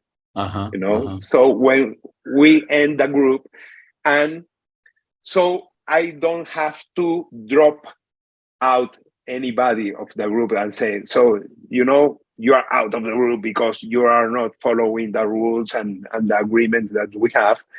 And after the end of the group, I only announce them that only the graduates will continue in the next group, and I could have new people. And one of the things you talk about in the beginning of this, we are very hard, I don't know to say hard with the rule. We make a list of rules, and everybody is agree with the rules. And one of them is punctuality. So the meeting starts 10 a.m. is 10 a.m. No, it's not 10 and 30 seconds. 10, if you are not here with me, 9:59, you are out. You are not get connected. And you have 2 times to arrive late, and after that, the rule says you're not continuing with us. So you are out. And why that? Because we need to learn discipline, and that is part of the building character and discipline. Yes. So this quitting smoking story intrigues me, because I have been blessed to witness an amazing physical transformation in you to an elite level of wellness. Salud optimal, really, at your age, your shape. I mean, you're doing really competitive sports now in a big way. Can you talk about what caused that? What's your motivation, and how it's benefited your business and your life? Yes, and everything that I have created right now is because everything that I have learned here in MLM network marketing. So before I tell you that, I want to say everybody that I think the biggest check that I receive in this profession is believe that the opportunity of belief on me, and then I can do anything that I want to do. So it's nothing impossible. That's why I love that guy in the back of me.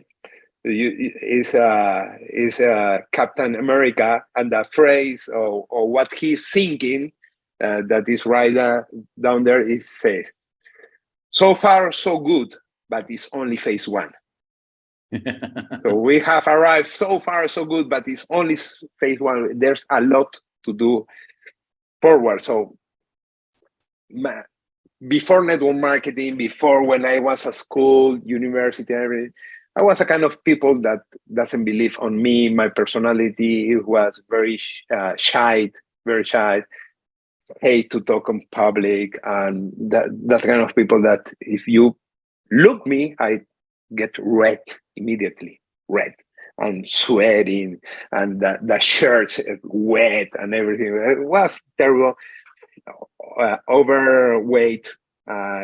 When I start in network marketing, I start weighing in kilos is like 118, maybe 120 kilos. I don't know how much is in pound, but it's double and plus. Right now I'm 88, 87 kilos. It's a lot. I think it's the half of me is go away. Yeah. And why happened all of this? Because studying everything, the people in the profession, I study a lot with Tony Robbins, Maxwell, and everything, and I realized that all the limitations were here. So I can transform my life in a smoking people, quit smoking. I love sports. I love all my life, but during all my life, I was thinking that I don't have the body and the preparation to do sports. So I just a sport guy that watched all the sport I like on TV. Adventure sports, I like bicycle, Ironmans. I was watching on TV every time I can the Ironmans. I say, wow, these guys do swimming, biking, running. Wow, it's amazing. Why my family, my parents, when I was young, doesn't encourage me to do something like that? And I like victim, I live like a victim, regretting my parents, that why they doesn't push me in that kind of style of life. And when I arrived here, and I realized after all the books and reading that I have, that I can do everything. So only I have to take that decision to go forward and start. And then one day, a friend of mine do an Ironman, and he tell me, and I go to him and say, wow, how do you feel to do an Ironman? I love that sport. I never have done one, but I'm impressed. I should like to, when I was young, start swimming and that kind of stuff. And he goes back and tell me, he said, look, but if you want, you can do it. That was 2014. I already in network marketing, I was breaking some limitations, mental limitation, but that one was a huge, the biggest that I have to break. And then that moment, I realized how important is that somebody believes in you more than what I believe in me. That moment, Gianmarco, is a friend of the team. He was the one that said, Gianmarco Mosto. Okay. By the way, he's a professor. You better give him warning right now that he is going to be on this series soon. Okay, I'm gonna tell him. Yes, give him a love and hug from me and let him know he's absolutely one of the people I'm going to reach out, and we got to chop it up with him. Okay, I'm gonna tell him, but in that moment, for me, when I look him, he said, okay, Gianmarco, but you were a professional swimmer, a national team swimmer. I'm a professional coach, a coach TV sport coach, from TV. A couch, a sofa sport. And I never have run neither 1 mile. I remember at school that physical exam that we have a material, no? You have to go to do sports, and the exam of the sports was run 1 mile. I never finished it. Neither one time in my life I could finish the mile. So 2014, right now, I'm 52. So I was over my 40 years. And I tell him, but are you looking me? Are you blind? Who are talking you with? Are you serious that I can't do it? And he told me something. If you follow a plan with a trainer and you do what you have to do, so discipline, and you put your discipline on this, you're going to make it. And I say, it's like network marketing. So if I follow the system and listen my uplines and do whatever I have to do, I'm gonna success. Yes, he told me. So I believe him, and I start. And after 1 year in 2015, I have lost a lot of weight, and I have done the Ironman. That is in a huge proof. I make 13 hours, 64 seconds, 13 hours, 4 minutes, and 63 seconds time running. Amazing. After 1 year. And that's because the things that network marketing and self-growth bring to us. And from that moment to now, I never stop sporting. I start racing each time more. I love bicycles, so I start with the bicycle, road bicycle, mountain bike bicycle. Now, right now, I think I'm going in the back ways. No, normally you do the more risk things when you're young, and when you are old, you look for the less risk things. Right now, I'm competing on downhill because my kids also gets inside the bicycles, and right now I'm competing all the dates, all the calendar of the enduro series in Peru with my son. So we are competing together, and it's very fun. Right. That's how old is he now? Right now, I'm 51, going to 52 in a few months. No, I mean junior. How old is he now? Gianluca, he's just 14. He just get 14, like 14. Yeah, 3 months ago. Yeah.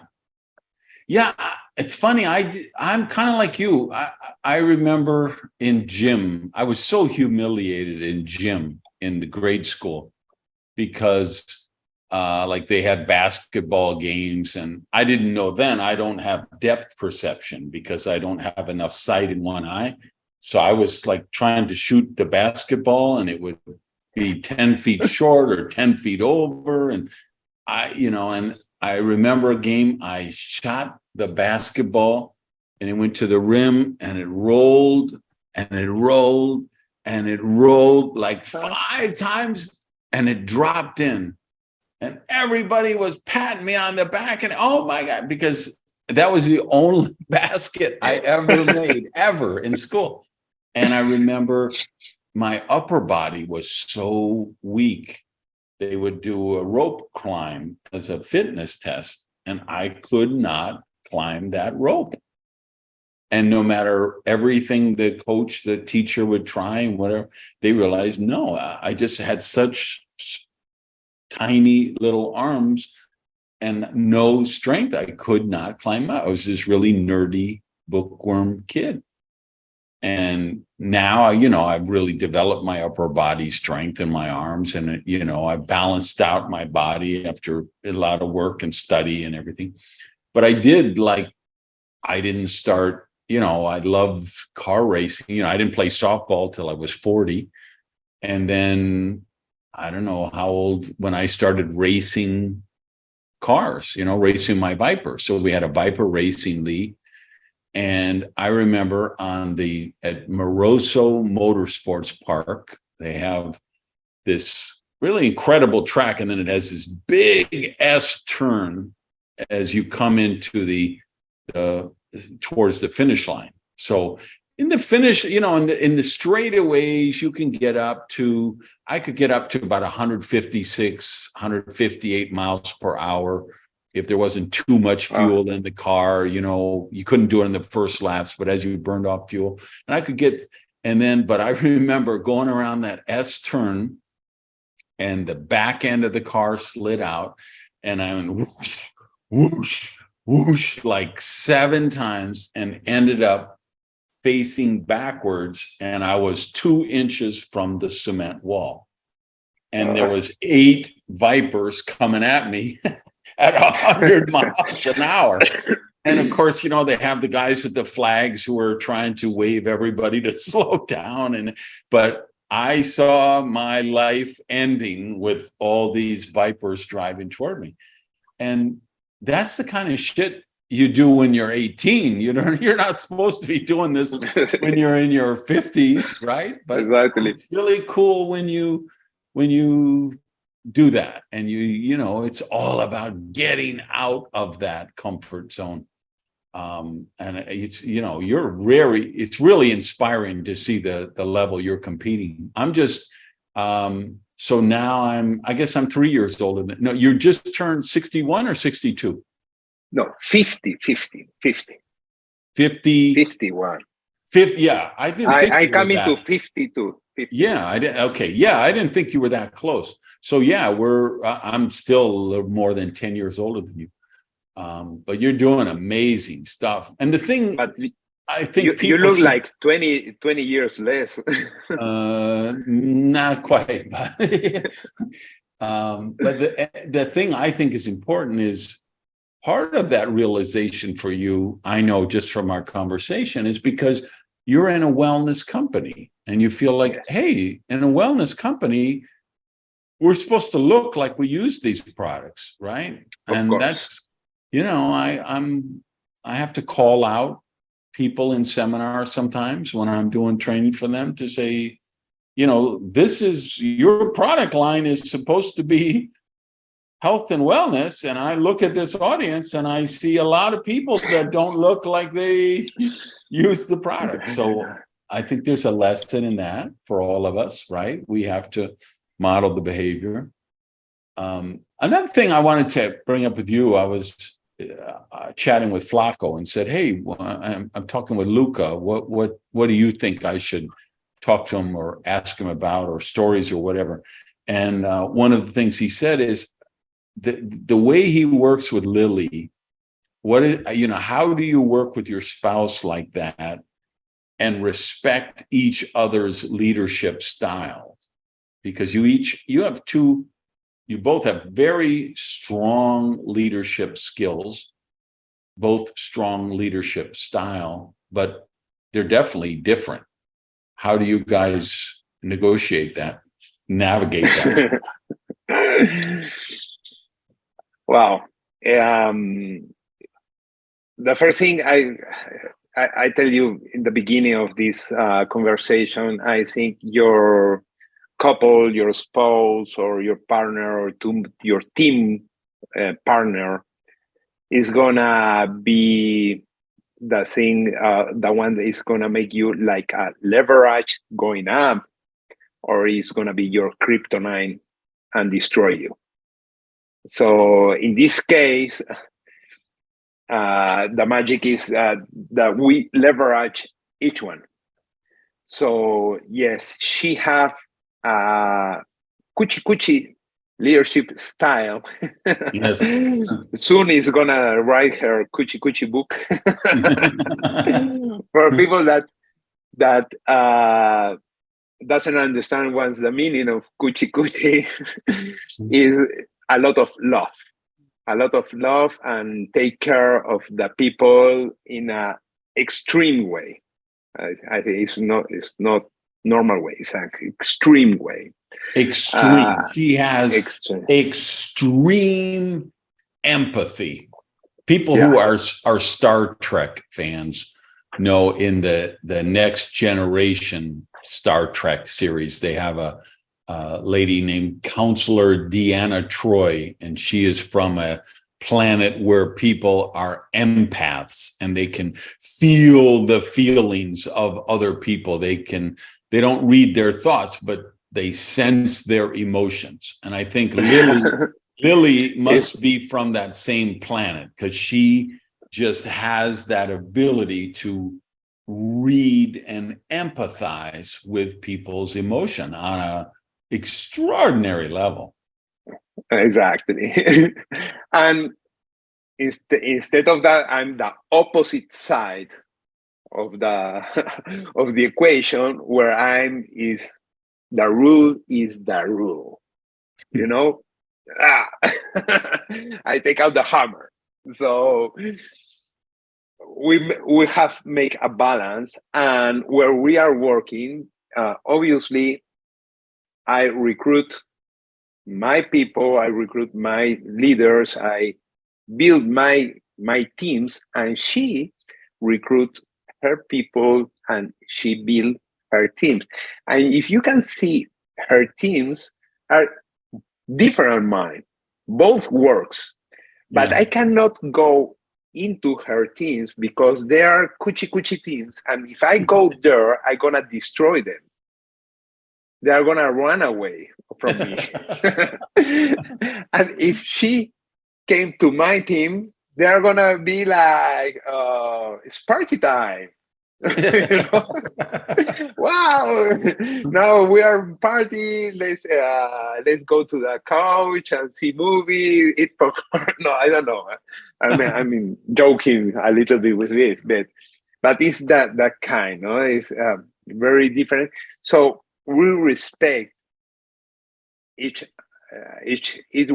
one's style, and I don't tell her never how to do the things, and she doesn't tell me how I have to do my stuff.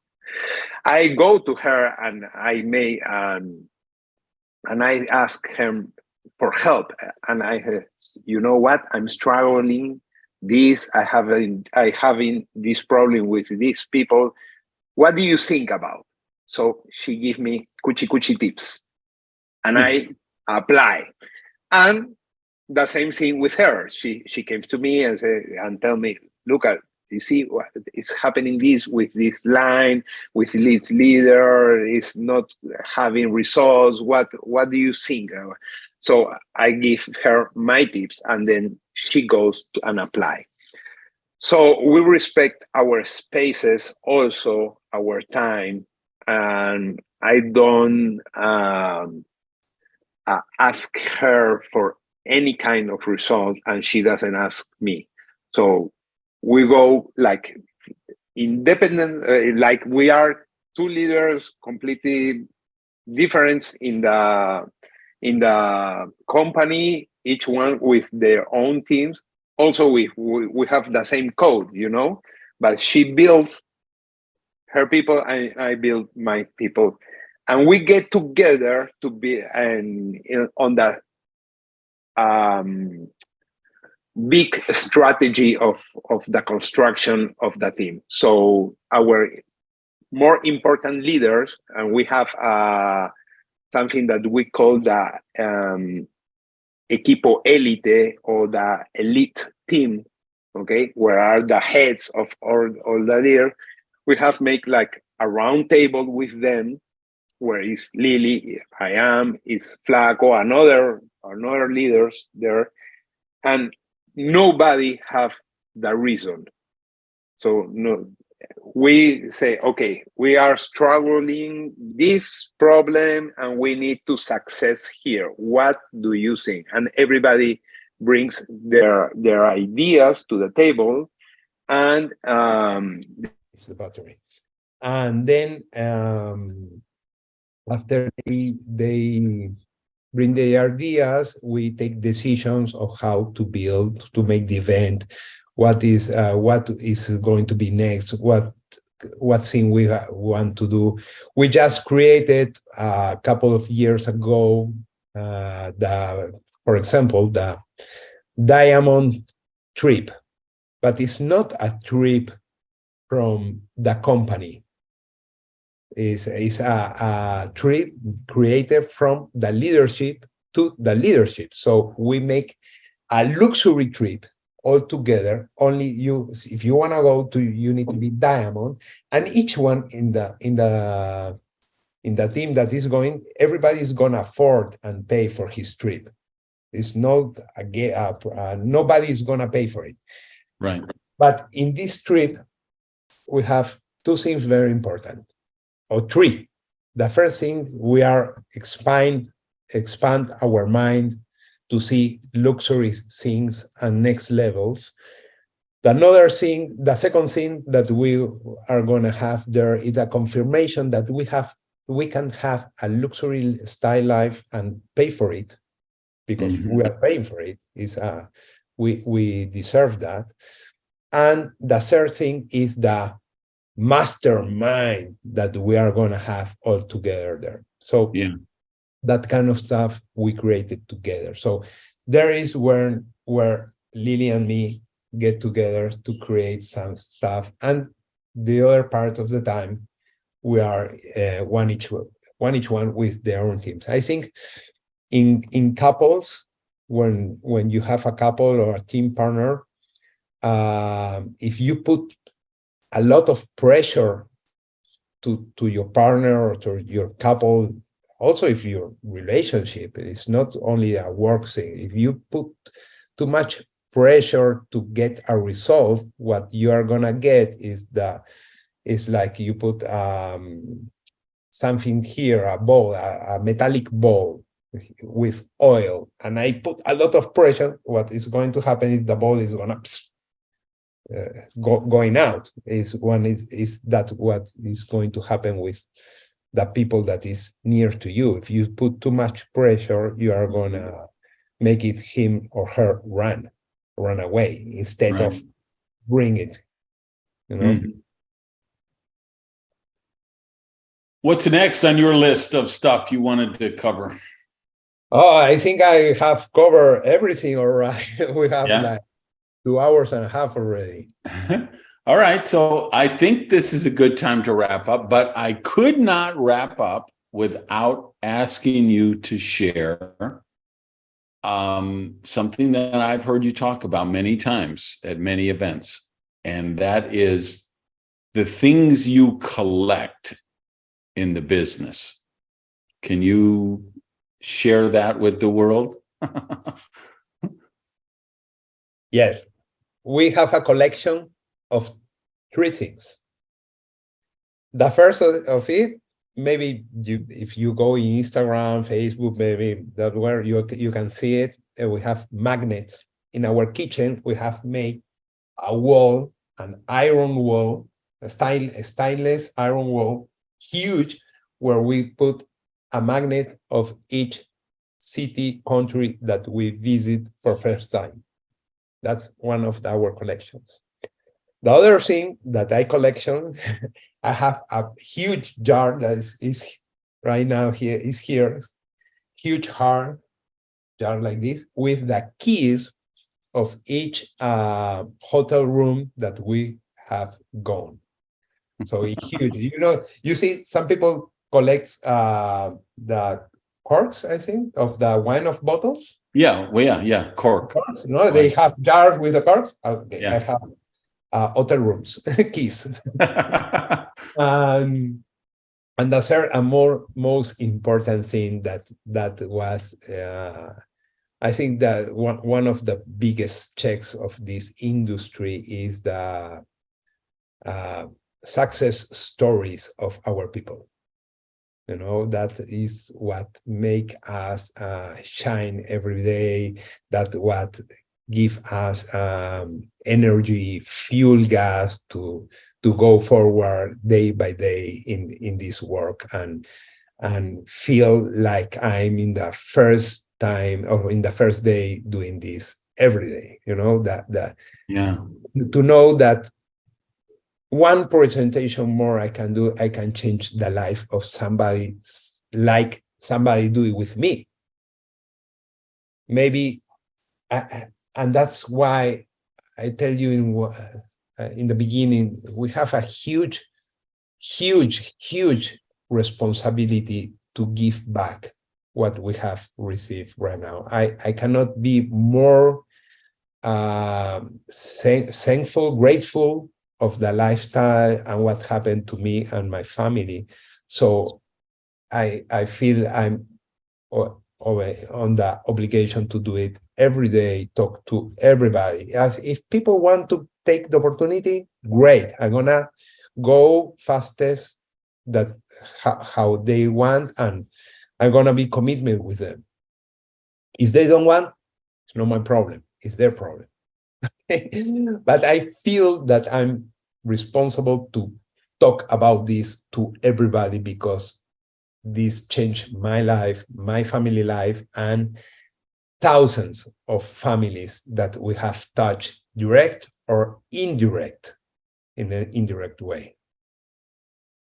And you are certainly doing that. You certainly are paying it forward. And this conversation is the perfect example, demonstration, manifestation of that. So thank you, my friend. I'm so grateful for you, for Lily, for your family, for our friendship, and for you making this time to share your love and your wisdom and your insights with the people in this profession. So I can't thank you enough, my friend. No, I have the same words to you. I don't have words enough to thank you. You don't know how much. Oh, sorry. I get excited, emotional. You don't know how much have anything you do can impact the life of other people. I show you in the break. We have done a break, and I show you that I have all your books, all your CDs, everything that we have. I can say that we are a product of your products. So right now you are creating more products. This is a product that I don't know who and where, maybe in Austria or Tanzania. I don't know where. Somebody is going to see this, and maybe this is going to make him or her a decision to change their life. Amen to that. All right, you people watching, listening, make sure your team knows about this. Share it, subscribe, become a subscriber, podcast, YouTube channel. Let your leaders know, the serious people, the big kids who want the real world information, and make sure to go to duplicationnation.com. Free newsletter there. The MLM Bootcamp is there. That's another free course. And if you're already a leader, you should subscribe to the MLM Confidential newsletter, also available on that site, or just at mlmconfidential.com. In Espanol, mlmconfidencial.com. And once again, my friend, thank you so much. Have a blessed day. Thank you. Bye-bye.